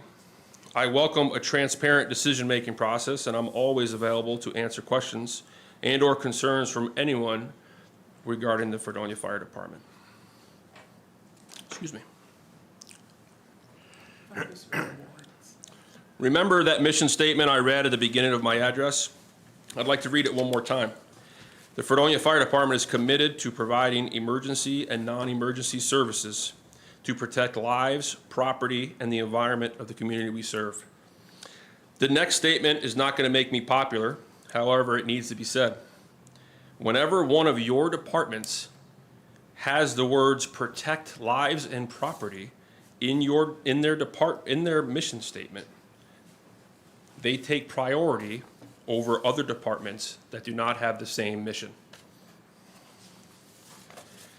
I am incredibly proud of this fire department and every member who serves in it. This community is fortunate to have access to the level of service our department delivers, 24 hours a day, 7 days a week, 365 days a year. The dedication, professionalism, and sacrifice of these individuals should be recognized, not overshadowed by misplaced criticism. The fire department does not deserve to be the target or finger pointing or used as a scapegoat for the village's broader financial challenges. In closing, I want to offer a few final thoughts and go on the record with what I fully support: a solution-focused approach, not finger pointing. Firefighters are known for one thing above all: we make it work. No matter the challenges, whether it's budget cuts, staffing restraints, or resource limitations, we step up, we respond, we serve. That's who we are. But perhaps that strength can sometimes be misunderstood. Maybe we've been too good at making it work that our true value has been overlooked or taken for granted. Let me be clear to the men and women of this department: you are essential and you are valued. With that in mind, I believe it's time for this board and the community to seriously explore the creation of a fire district. The Fredonia Fire Department already collaborates closely with our mutual aid partners every single day. The cooperation is there, we just need the structure to match. Let's take down the imaginary borders and build something unified, efficient, and sustainable, so we can continue doing what matters most, protecting the community and everyone in it. So I'd like to now divert our energy towards a good news topic. I'd like to call firefighter medic Tyler Bayless and firefighter EMT Mike Gustafson to join myself and Mayor Ferguson.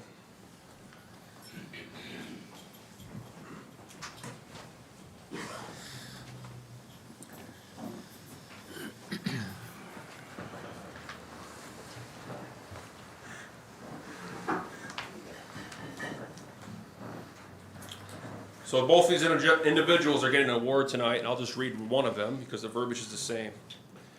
Fredonia Fire Department Certificate of Distinguished Service.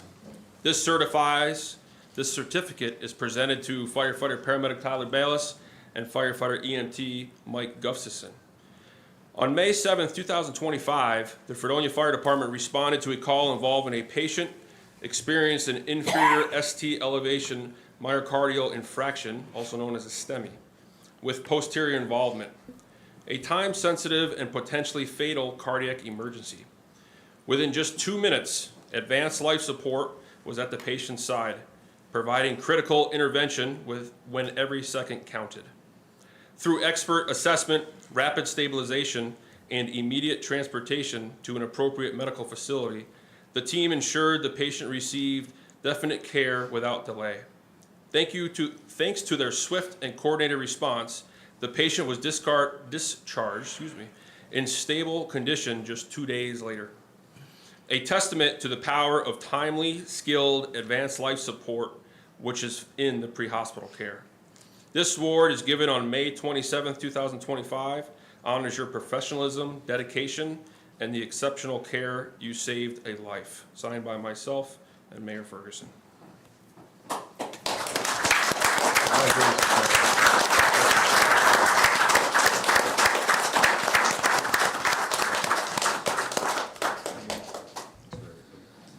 That concludes my report. Thank you.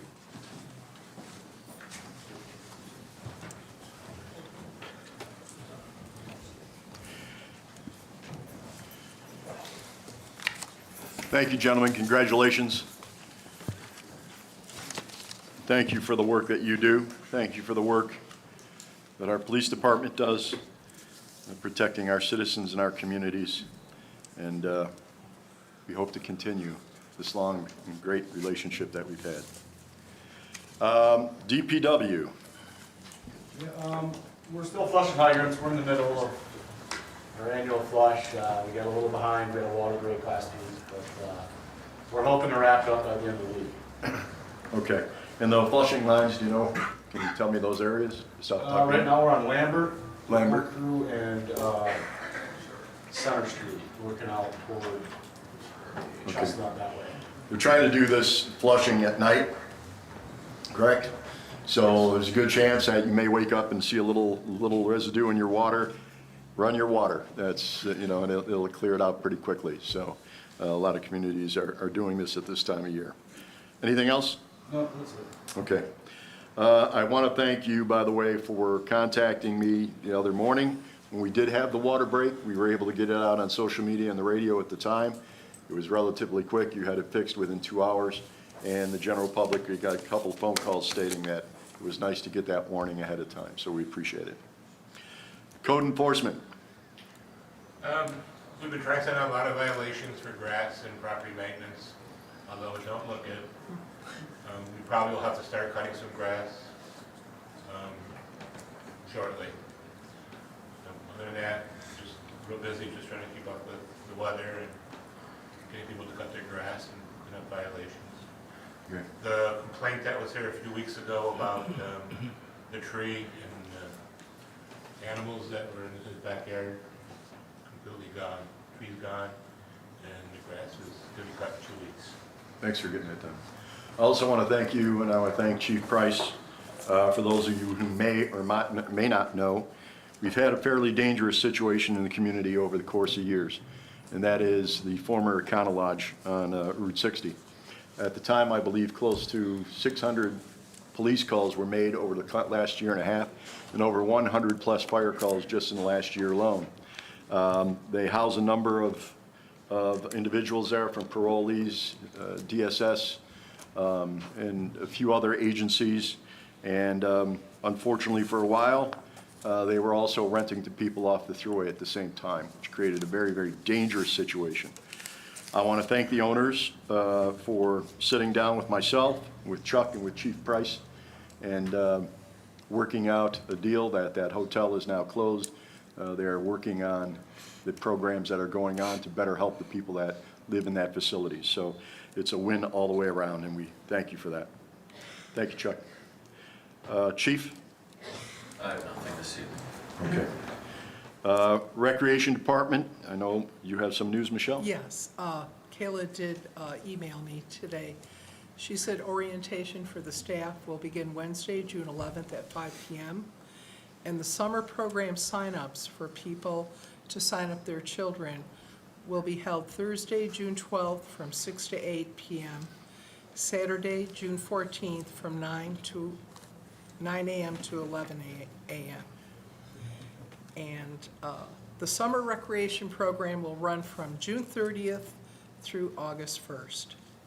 And that's all I have to report today. Thank you. And congratulations to that department, too. They had well over 300-plus children in the program last year, and hopefully even more. So when people say there's not a lot of young families around, there 360-some kids are coming from somewhere within the borders of the Village of Fredonia. So we're very proud of that. Wastewater treatment plant. Penn Power was in to do the preventative maintenance on our 2 generators. Everything checked out well with them. We completed our sampling for their second quarter of our wet testing, so those samples are all turned in. The guards on screw pump number 3 wore out, so currently we have screw pump number 3 out of service, but we do have replacement guards on order, so that those should be coming in soon. So that's all I have. Thank you, sir. Water treatment plant, I know Lewis is not with us. Oh, there he is. Okay, great. Came in to say you had nothing. All right. Thanks. That's a great report. Thank you. With the water treatment plant, no news is certainly good news at many times. So that ends the department reports. Under vendor fees, under new business. Yes, I did want to speak to that. That the proposed vendor fee schedule is $10, and it allows only at the farmers market and organized festivals, and $150 allows vending at any time, place permitted under the program. And the fees would be annual, and they would be running from May 1st to April 30th, no matter when paid. And also, I did want to add, I know Festivals Fredonia was pretty concerned, as well as the Farm Festival, about their vendors paying extra money. And we can add to our vendor law special events section, where if there are special events in the village, we would allow no proposed vendor fee to any of the vendors. And I would like to propose to add a special events section to be added to our vendor fee. Wouldn't that fall under the organized festivals? Yeah, that would be like a $10 additional fee per year if you were going to sell, let's say, the Farm Festival or something. I think that's I know, Ben, you had proposed that, right? Yeah, yeah. And it's Right. nominal is my idea there. You know. So that would allow, now that doesn't mean you don't have to pay Festivals Fredonia or the Farm Festival. Right. Or the They have their own farmers vendor market. fee. They would have their own fee on top Correct. of this. That's right. However they do their thing, this would be just a one-time thing. Now, if all you're doing is one event, it's an extra $10. That's kind of, although I wouldn't be necessarily opposed to waiving it entirely for that type of vendor. So, Right, right. Yeah, That's what I was hoping to Yeah. hear. so, yeah. We would have to have a vote on that probably at the next meeting, I would say. Well, the other would be an amendment to the law. Could we do that without? I don't think we have to amend the law, because the law says that we would set the vendor fees. So we Correct. could set Yeah. it at Right. 0 for Right. people, you know, instead of this $10 proposal, we could set it at 0. We could word it that way, Yeah. exactly. Yeah, yeah, let's go with that then, and, You guys come up with one. prepare a resolution for the next meeting. We'll have a Yeah. resolution at the next meeting then. Sounds good. Thank you. Okay, thank you. Yeah. Mayor, Yes, sir. one question on that. The date should be actually April 1st till March 31st, like. the April one. 1st to March 31st. That'll make Okay, my life a lot easier. certainly. For the vendor? That can be done. Thank you. Right, thank you, Chuck. I've got two things here that are new business, but we don't necessarily have to bring it up in the main meeting because in reality, I'm still waiting for a breakout of the verbiage of the law to present to you. So essentially, we're going to table this, but I want the public to know that we are working on this. It's called the nuisance law. And what the nuisance law is going to entail is the ability for our police, for our code enforcement officers, to have another law to add to things that when we run into a situation, as we just spoke about earlier, with a potential business that continues to violate or their residents or a situation like that, an excessive amount of calls to police and fire, which not only, if it's necessary, it's necessary. If somebody needs police and fire, they need police and fire. But also, those nuisance calls, which there were many, also threaten the lives of our officers, both police and fire. And so by having this law, it gives us one more weapon to push that. It will also address the sound issues, which I know there's already a law in the charter that will be included with that. And we're talking to all the department heads about any other thing that would legally fall under the head of nuisance. So A, we don't have to rewrite this law for the next 10 years. And also that we have, again, another weapon legally to make sure that, and nuisance could be anything from not cutting your grass to not keeping up your property. So once that law is, the final verbiage is put together, I'll make it available to the public, and we'll make it available to the board to decide on the direction to take it. The second discussion, last discussion, is just something to think about. I want the board to continue to think about it. I've talked to our two legislators. I've spoken to the county about this a little bit, and I've already addressed this with other officials. And again, it's something that has been talked about off and on for many years, and that is the county taking over what remains of Central Avenue. A few years ago, the county decided that, or somehow, some way, from DNF Plaza to essentially the pier in Dunkirk on Route 5, the county took over the ownership and maintenance of that road. Right now, if you have driven on our portion of Central Avenue, which is about 1/10 of the entire length, it is in dire need of paving and at a considerable cost, of which right now we don't have the monies for. So it's becoming a safety issue. In fact, that's one of the areas where we had the water main break just the other day. So if you have discussion with that, if you want to call me, if you want to email me that on the citizens and your thoughts on that, I would greatly appreciate your input. Any other old business? I'm going to call it old business because we've talked about it before. In your packets, the last page from Vanderhoff Hardwoods, they're proposing that they do a free evaluation.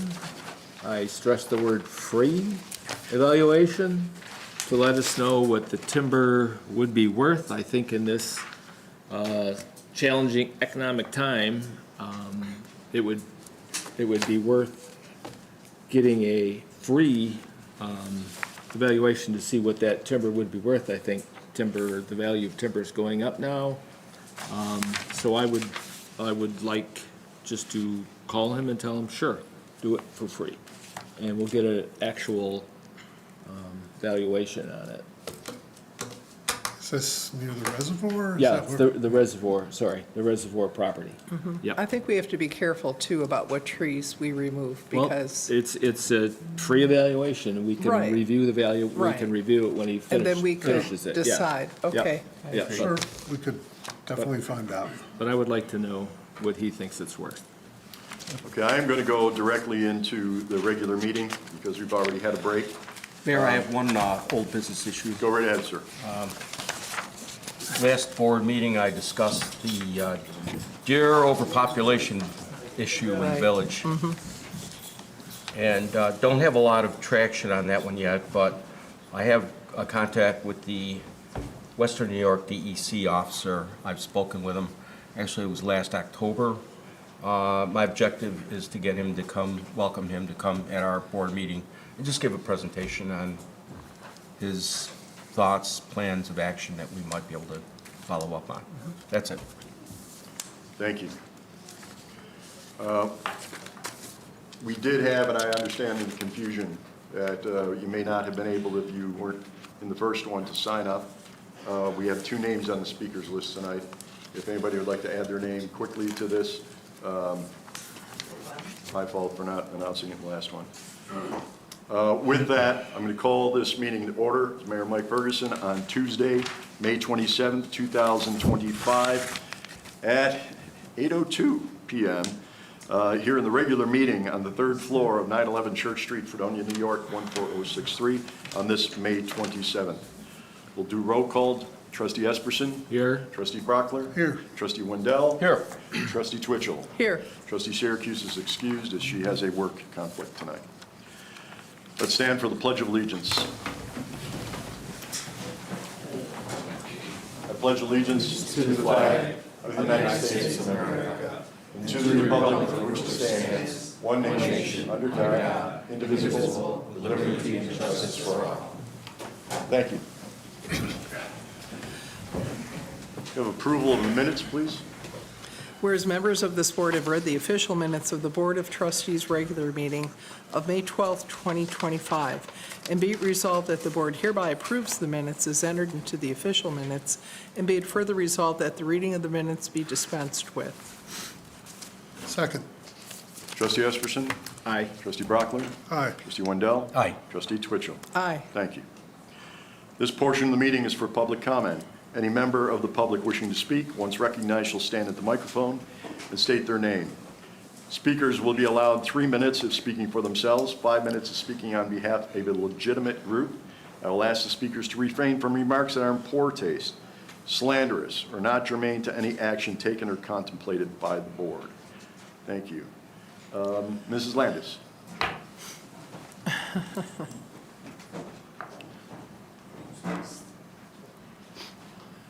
Thank you. Well, I was out of town when you had the hearing for the budget, so I came back and I have to talk about it. So I'm here to talk about this year's budget. Let me be as blunt as you know I can be. If I ever had to propose a 55% tax increase or vote to approve such an increase, knowing that the village has a poverty rate of over 21%, I would have resigned. But that's just me. You, on the other hand, took a different route. Instead of assuming responsibility for what you have done, you decided to blame previous administrations for not raising taxes. Let's put that theory to rest. To begin with, taxes were raised for all 5 previous years. This one will be the 6th. Myself, I never proposed a tax increase, mainly because it was not needed. At the time, our fund balance was over 25%, which is more than New York State recommends. I also knew that overtaxing the people without using the money you collected can be regarded as mismanagement, especially when you apply for a grant. Let's talk some numbers. You began last year's budget with a fund balance of about $766,000. Midway through the year, you have to borrow $825,000, which means, in my mind, that you have already spent whatever you budgeted, and then you spent your savings. And now you needed another $825,000 to continue operations. Then, and despite the fact that you raised taxes by almost 6% last year, you started this year with a $300,000 deficit, 306 to be exact. In plain English, you overspent your budget by at least $1.3 million and maybe as much as 1.9. The reason you're raising taxes by 56% is not that previous administrations did not. It is because you spent $1.3 to $1.9 million more than you should have, and now you're asking us to foot the bill. Funny enough, if anyone feels like laughing, 56% tax increase will give you a little over $2 million. Where did you spend the extra money? Even more, you're asking me to pay about $875 extra this year in taxes. What am I going to get for this money? I just want to know. It's a lot of money. What am I going to get? At last year's budget hearing, many people, myself included, tried to tell you that your budget was unsustainable, either because you didn't understand or because you didn't care. You went through with it, and here we are today. This is not a budget. These are numbers thrown on a piece of paper. A budget is next year's economic plan. It's supposed to express your vision for the future, your priorities, and demonstrate the way you allocate resources to achieve community goals. This is not it, and whatever it is, it's still unsustainable. You increase your spending in the general by 15% this year. You have zero fund balance, zero. That never happened before. And it's more than obvious that you will still have to borrow money next year, and you will raise taxes again next year. If you continue down this path, and I'm very sad to say that, you will very quickly bankrupt the village and push it to dissolve. So here's another question. Are you doing it on purpose? I think we have the right to know. Thank you. Thank you. Sam Drayle.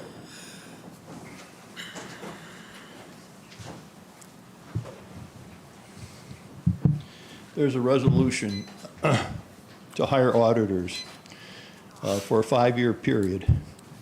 It does say at the village option, starting with $25,900 the first year and increasing to almost $29,200 the 5th year. That resolution should be clarified. The village is not committed to go 5 years. In fact, I don't know why we just go 1 year and see how things work out. Also, the resolution doesn't specify the details of the auditing services to be provided. Specifically, what is the auditing report going to provide for the village board? And what does the board want? There's no specifics. There's also a resolution to provide water for commercial use on Route 60. The resolution doesn't specify the owner, nor does it specify what commercial use is. I haven't heard that. And these resolutions can go on 5, 10 years and be passed on to another owner. I've got commercial use. I'm going to put a car wash. Board-approved commercial use. These things should be specified in the resolution. They're not. The other thing is there was damage to our fountains. One of the urns, I guess, was removed. 4 urns. We recovered them all, but now we have a 4th. They've both been recovered? We recovered all 4 urns as of Saturday. I want to thank Tom and Ear for that. And as of late this afternoon, I've got to be able to speak to the chief, but I got a pretty good lead on. I was just going to suggest you might, if they hadn't been recovered, turn it over to our insurance agent. We're in the middle of that right now. Okay. The other thing is, has the board met with our insurance agent to review our insurance policies? I remember 1 year, this is quite a while ago, we were paying insurance premiums on vehicles we didn't even own. So they should periodically review our policies with our insurance agent. We did that all the time. We did that late last month, so. Did you? Yes, we did. Good. Glad to hear it. And I think that's my only comments, Mayor. Thank you. Board. I apologize, someone signed in, and I don't recognize the name. I'm guessing it's a military. Oh, yeah. Mark, yes. When are we going to get cameras in the park? 10 years ago, we were promised that by the board. One board apparently forgot, the next board forgot, and then there's damage again. We're going to put cameras in. It's 3 times, and I don't believe there's any cameras in the park. There's Just like cameras in the Village park. Unfortunately, as we found out last week, they're not working, so we're gonna get on top of that too. I've got it on the list. But yeah, it's important. I mean, we can't keep paying for the damage to these fountains. Yeah. And Would it you just say there are costs too much. cameras in the park? There's cameras in the trees, but they're not showing up, so we gotta make sure we address that. Yeah. Thank you. Mark?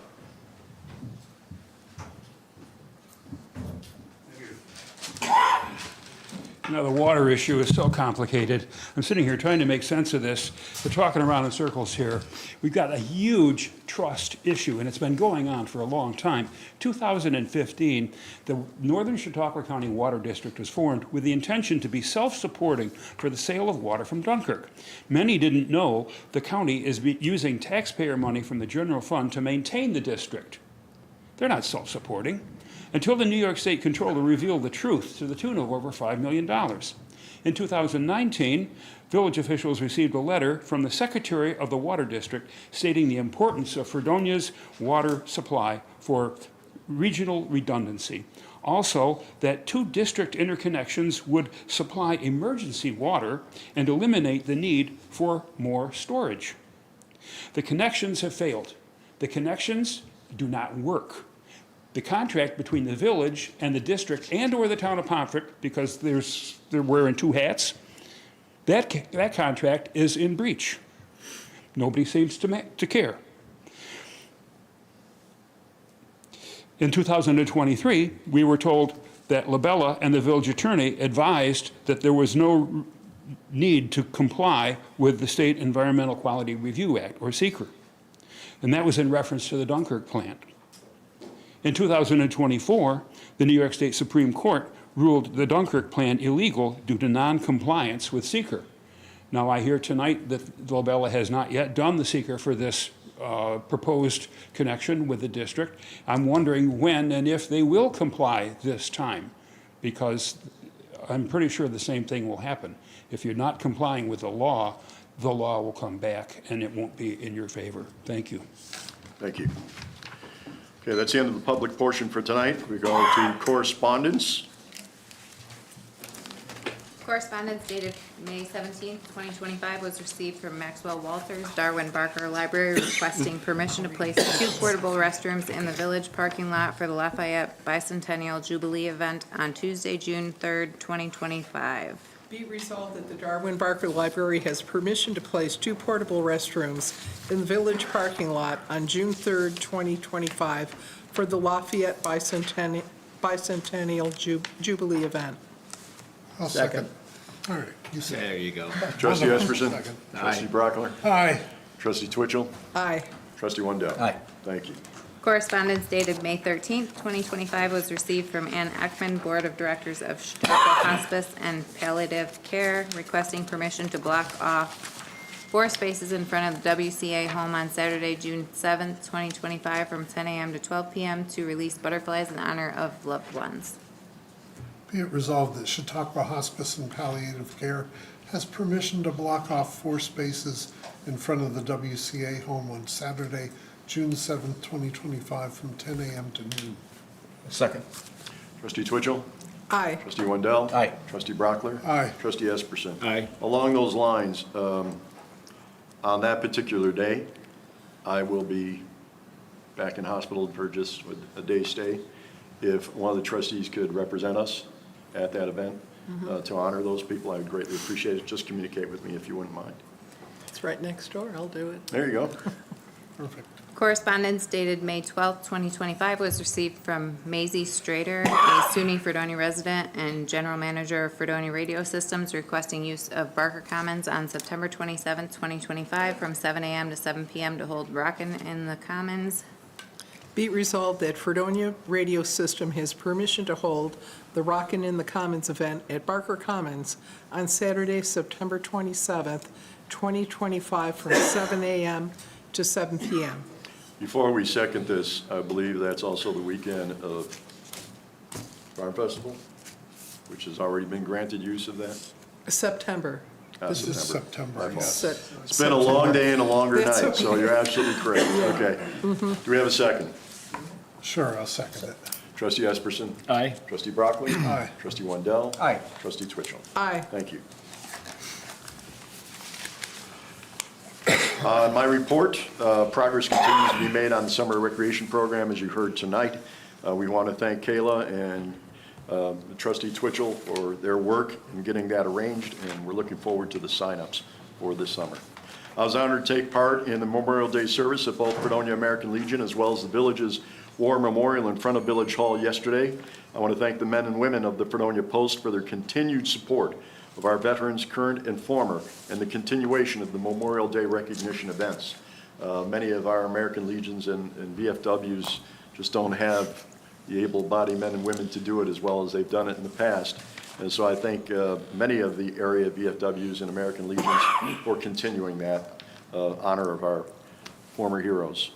I want to thank Mark D. Levy, Director of Facilities Operations and Special Projects, for the delivery of our park piano once again. This is the piece entitled Four-Legged Friends by Mackenzie Sheldon has been placed on the gazebo to help keep it out of the elements and available for performances by anyone who visits our downtown.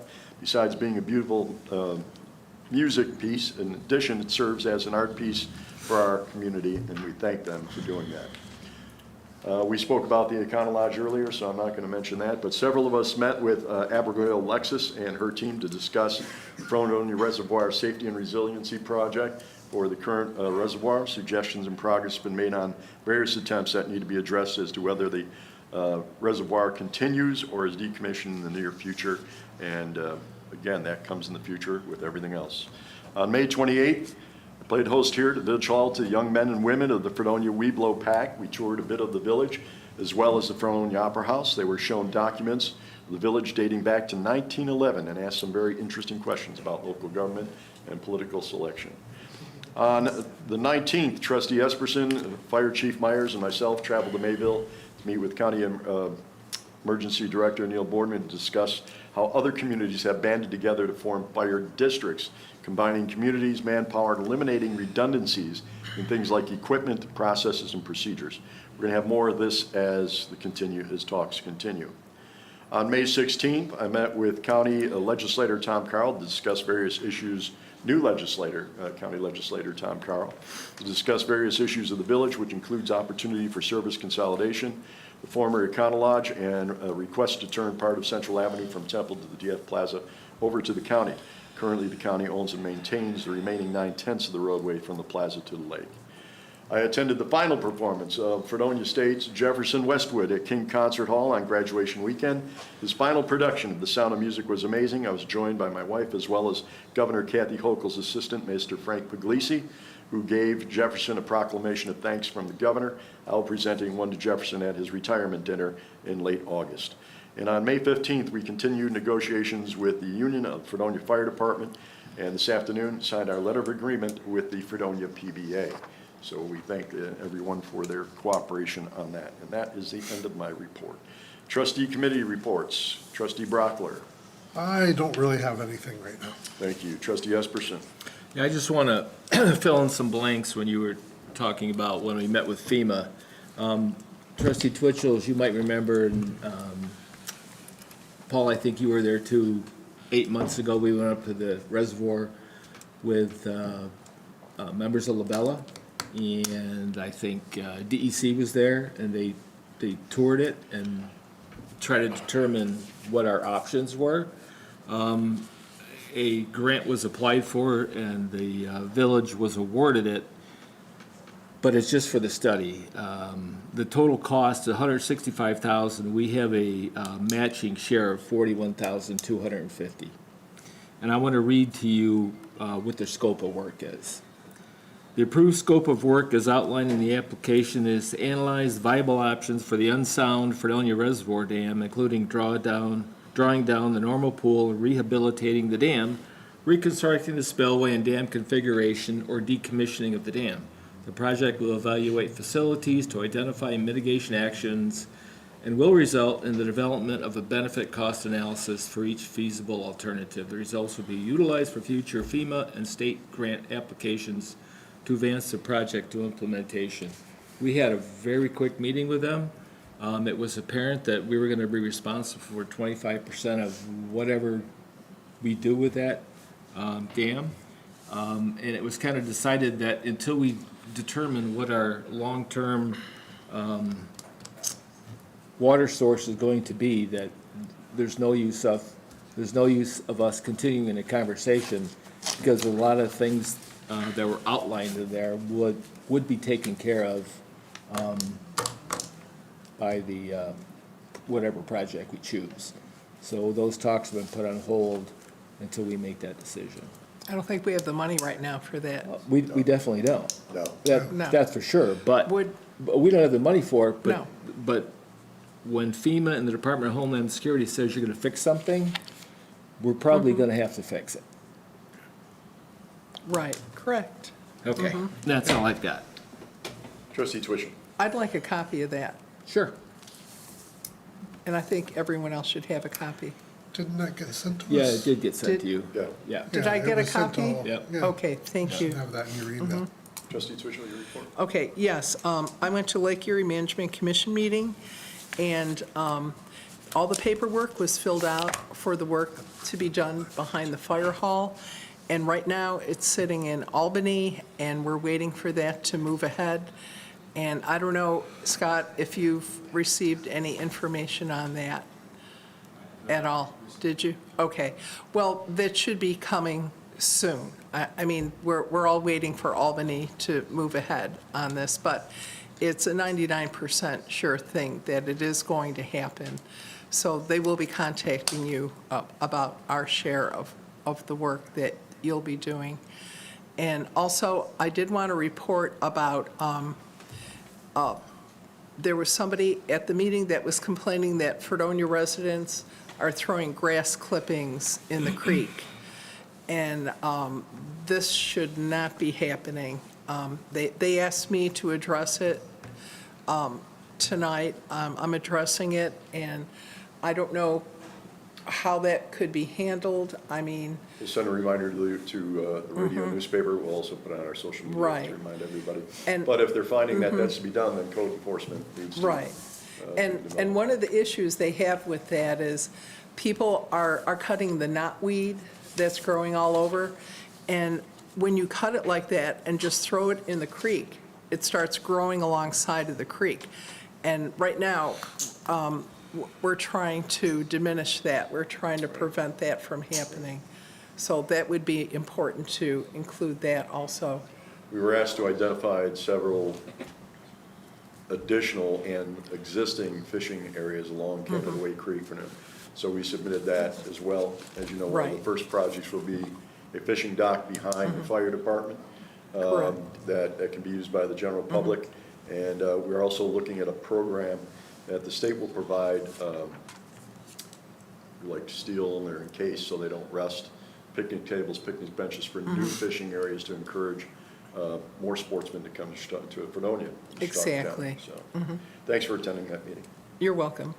And I did attend the library museum meeting, and they're all excited about next week when their celebration of General Lafayette's visit, and that will be an all-day event. I know there's posters around town if you need any more information. I believe we could put it on our website to Yeah. share that with people. And I would invite everybody to come and participate in that. And that's the end of my reports, Mayor. Thank you. Trustee Wendell? Thank you, Mayor. Last meeting, I reported about the water treatment plant getting generator quotes, backup generator.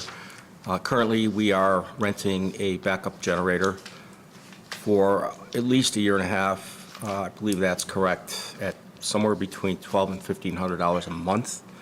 So you total that, so I'm currently looking and just recently got specifications from Louis Fred today on what the plant requirements are. I have a contact with vendor source. It looks like I'll be able to put together a quote for approximately $8,000 or less for a product that will service our needs. Plus, whatever the future of the plant is, it is resellable. So, working on that currently. Met with the mayor last Wednesday. We meet every Wednesday morning at 9:30 a.m. to discuss village business. and met with the wastewater treatment plant. David Feltz, this past Friday morning, met with two representatives from Motion AI, engineering company that's done work at the plant previously, and we were doing pretty much meeting to discuss two things that are going on at the plant right now. One is modification to the filter bed effluent valve operation to improve their performance. Specifically, they've already done that work, but recently there's been some high water volume events with the flood and high rain and water volume that we've recently had. So we have got some traction on that, and I think that will be in the near short term. We'll get that resolved. And then there was also technical discussion about implementation of a plant SCADA system. That's it. Thank you for your report, and I want to thank you for the amount of time that you put into both the treatment and the water treatment plant, and the work and investigations you do on that's a big help. And thanks for getting those quotes. Additional reports, or treasury report, I apologize. So I want to start off by saying that I've started uploading all of my reports onto the website as well as the abstracts. I know that everybody's requesting that they're available at more than just the clerk's office, so they are available now. I don't have them all on the website yet, but most of them, or a lot of them, are on the website, but they all will be soon.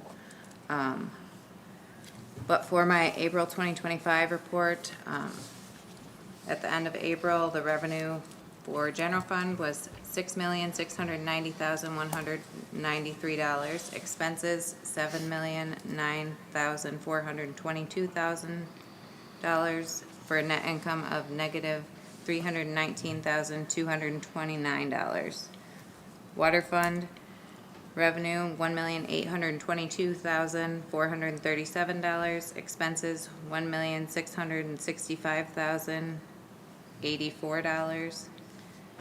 Sewer fund, for a net income of $157,352. Sewer fund has a revenue of $1,564,383,000. Expenses, $1,830,451 for a net income of negative $266,068. That's it for that. Additional reports? Yes. Code enforcement for the month of April 2025, permits issued 33, inspections 24, certificate of occupancy 21, certificate of compliance 30, violations found 4, violations satisfied 2, permit fees collected $2,673.09, rental fees $540, certificate of compliances $2,745, electrical license fees $150, heating, water and sewer fees $499 for a total of $6,457.09. Total inspections 7, total renewals 3, property maintenance 8 found, 2 removed, 4 junk cars found, 0 removed, 32 annual fire inspections done, 4 complaints, 3 were satisfied. If I can interrupt for a second, is Chuck still here? No. No. Just curious as to why we found 4 cars and 0 were removed. Find them. 33 permits generated $2,673.09 in revenue. The estimated cost of work for the month of April was $551,045. Thank you. The Village of Fredonia Justice Court report for the month of April 2025. Total number of cases closed 118. Vehicle and traffic 78. Criminal cases 37. Village ordinances 3. Total fines and surcharges $3,616. Parking ticket fines $2,162 for a total of $5,778. Then the fire report for the month of April. Total calls 152, 10 good intent calls, 21 false alarms, 1 fire, 2 overheat calls with no fire, 6 hazardous condition calls, 9 service calls, 102 EMS calls, 1 EMS standby call. And that's it for additional reports. Special reports? Okay, thank you.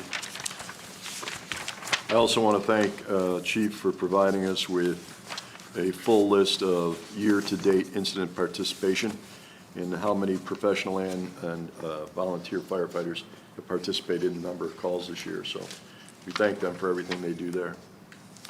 On to resolutions. Be it resolved that upon recommendations of Kayla Sullivan, Director of Fredonia Pomfret Recreation Department, the following individuals are hereby appointed to the seasonal positions for the 2025 summer recreation programs. Can I interrupt you for 1 second? Please don't read the addresses of the gentlemen. No, Thank you. I wasn't. Summer recreation programs effective immediately. Be it resolved that these hires will be effective immediately at a minimum wage of $15.50 an hour unless otherwise noted and ending August 1st, 2025. Clayton Fraser, Fredonia, New York. Keegan Whitfield, Fredonia, New York. Julia LeBaron, Fredonia, New York. John Mann, Fredonia, New York. Abigail Joy, Fredonia, New York. Elizabeth Joy, Fredonia, New York. Cecilia Donacy, Dunkirk. Brady Crawford, Fredonia, New York. Jalen Davis, Dunkirk, New York. Zachary Davis, Fredonia. Cruz Baza, per diem, Fredonia, New York. Joe Askar, per diem, Fredonia, New York. Margaret Gray, Fredonia, New York, at $17.50 an hour. I'll second that. Trustee Esperson? Aye. Trustee Brockler? Aye. Trustee Twitchell? Aye. Trustee Wendell? Aye. Whereas the village issued a request for proposal for auditing services for the 24-25 fiscal year with the option of up to 5 years, and whereas Drescher and Malecki LLC of Elma, New York, provided a quote for auditing annual auditing services. I think that should just be for annual auditing services in the maximum amount of 2025, $25,900, 2026, $26,680, 2027, $27,480, 2028, $28,300, 2029, $29,150. Whereas the auditing services are necessary for the village's purpose, therefore be it resolved, the village board hereby authorizes the hiring of Drescher Malecki for the auditing services at the amounts listed above for the associated years. Before we second, I'd like the board to consider just a 2-year contract with this organization. Yes. Knowing that we have to audit, but we can do a performance review after the first and second year. I would like to make that motion, Mayor, for 2 years. I have no objection. Would you second? How long have I they will second been that. doing our audits? 5 years. They've been doing it for 5 years? Okay. Oh, so- these are our current auditors? Yeah. Yeah. So I'm sorry, I've made it pretty clear that I've got a very difficult time going into we have a 20-year light contract that we can't get out of. I know. I've got a real difficult time, especially in this fiscal situation that we're in, getting into any contract for longer than 2 Right. years at this point. Right. No And disrespect to anybody. Still have no problem with going a 2-year contract. 2 years. So, why don't Does we- it matter to them? No, we can Okay. extend it if we choose at Okay. that point, or Perfect. go out. I mean, the second whatever year you adds a want. little consistency to it, so Right. they can compare. but- Because it does say of up to 5 years, Yeah. so. So do we have a second to accept it at a 2-year? I'll second that. I made the motion. I believe Ben And seconded. second already? Oh, Okay. We'll So just trustee vote on Wendell? it. So then we would need to change the verbiage to say with an option of up to 2 years if we're not gonna do a 5-year option. Correct. Right. So we'll modify that. We'll correct that. Maybe it should say something along the I mean, lines also of- keep in mind that we're currently going through a state audit as well, so I think we have some pretty good information between Yeah. all of that. So we're going to change it to a 2 years instead of a 5-year, correct? Yes. With We have the a option second. to extend in 2 years if we so choose. A second by Mr. Brockler, correct? Trustee Yes. Esperson? I will say aye as amended. Okay, trustee Brockler? Aye. Trustee Wendell? Aye is amended. Trustee Twitchell? Aye is amended. Thank you. Next. Be it resolved that pursuant to Section 5-520 of Village Law, the following budget transfers are hereby approved. $3,000 from G8130417 sewage treatment equipment repair to G8130413 sewage treatment chemicals. Second. Trustee Esperson? Aye. Trustee Brockler? Aye. Trustee Twitchell? Aye. Trustee Wendell? Aye. Be it resolved that Louis Fred of Servelle Street, Dunkirk, New York, is hereby permanently appointed as Chief Water Operator for the Village of Fredonia at a salary of $90,614 after successfully passing the civil service test. Second? Trustee Twitchell? Aye. Trustee Wendell? Aye. Trustee Brockler? Aye. Trustee Esperson? Aye. Whereas the agreement with the Pomfret Water District requires village approval for all new water services, and whereas the town of Pomfret has received the application of a residential water user within the North End Water District service at 9674 Route 60, and whereas the Pomfret Town Board has this under agenda to approve the application at the Town Board meeting, May 14th, 2025, now therefore be it resolved, the Village of Fredonia hereby approves a residential water service connection at 9674 Route 60, Fredonia, New York. I'll second that, but we're replacing Corrected. commercial with residential. As I read it, yeah. Gotcha. Aye. May I also make a suggestion, and while Mr. Drayo stated it, I've stated it in the past, and I think out of transparency, just as we had 4 new businesses on Route 60 that requested water and was in, that either the businesses and/or residencies that are requesting it, either the ownership needs to be listed or the businesses themselves need to be listed in future resolutions. I agree. Okay? We have some walk-ons? Got to vote on it. Oh, we have to vote on it. Oh, I thought it was Yes. pretty good. Trustee Esperson? Aye. Trustee Brockler? Aye. Trustee Wendell? Aye. Trustee Twitchell? Aye. Okay. Whereas the Village of Fredonia approved the purchase of a car in the 2025-26 budget for the police department, and whereas Joe Siccone's Chrysler Complex of Niagara Falls, New York, has supplied a proposal for a 2025 Durango Police V6 in the amount of $39,895, whereas the police car is being purchased on state bid and the 2025 Durango Police V6 vehicle is suitable for the village's needs.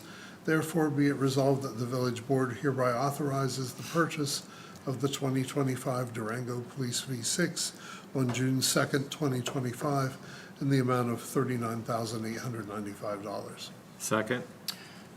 Before we go and go across the board here, we want to let people know both these vehicles have well over 100,000 plus miles on them and have gone through extensive repairs. So these are new vehicles to replace and was approved by the board. Trustee Esperson? Aye. Trustee Brockler? Aye. Trustee Wendell? Aye. Trustee Twitchell? Aye.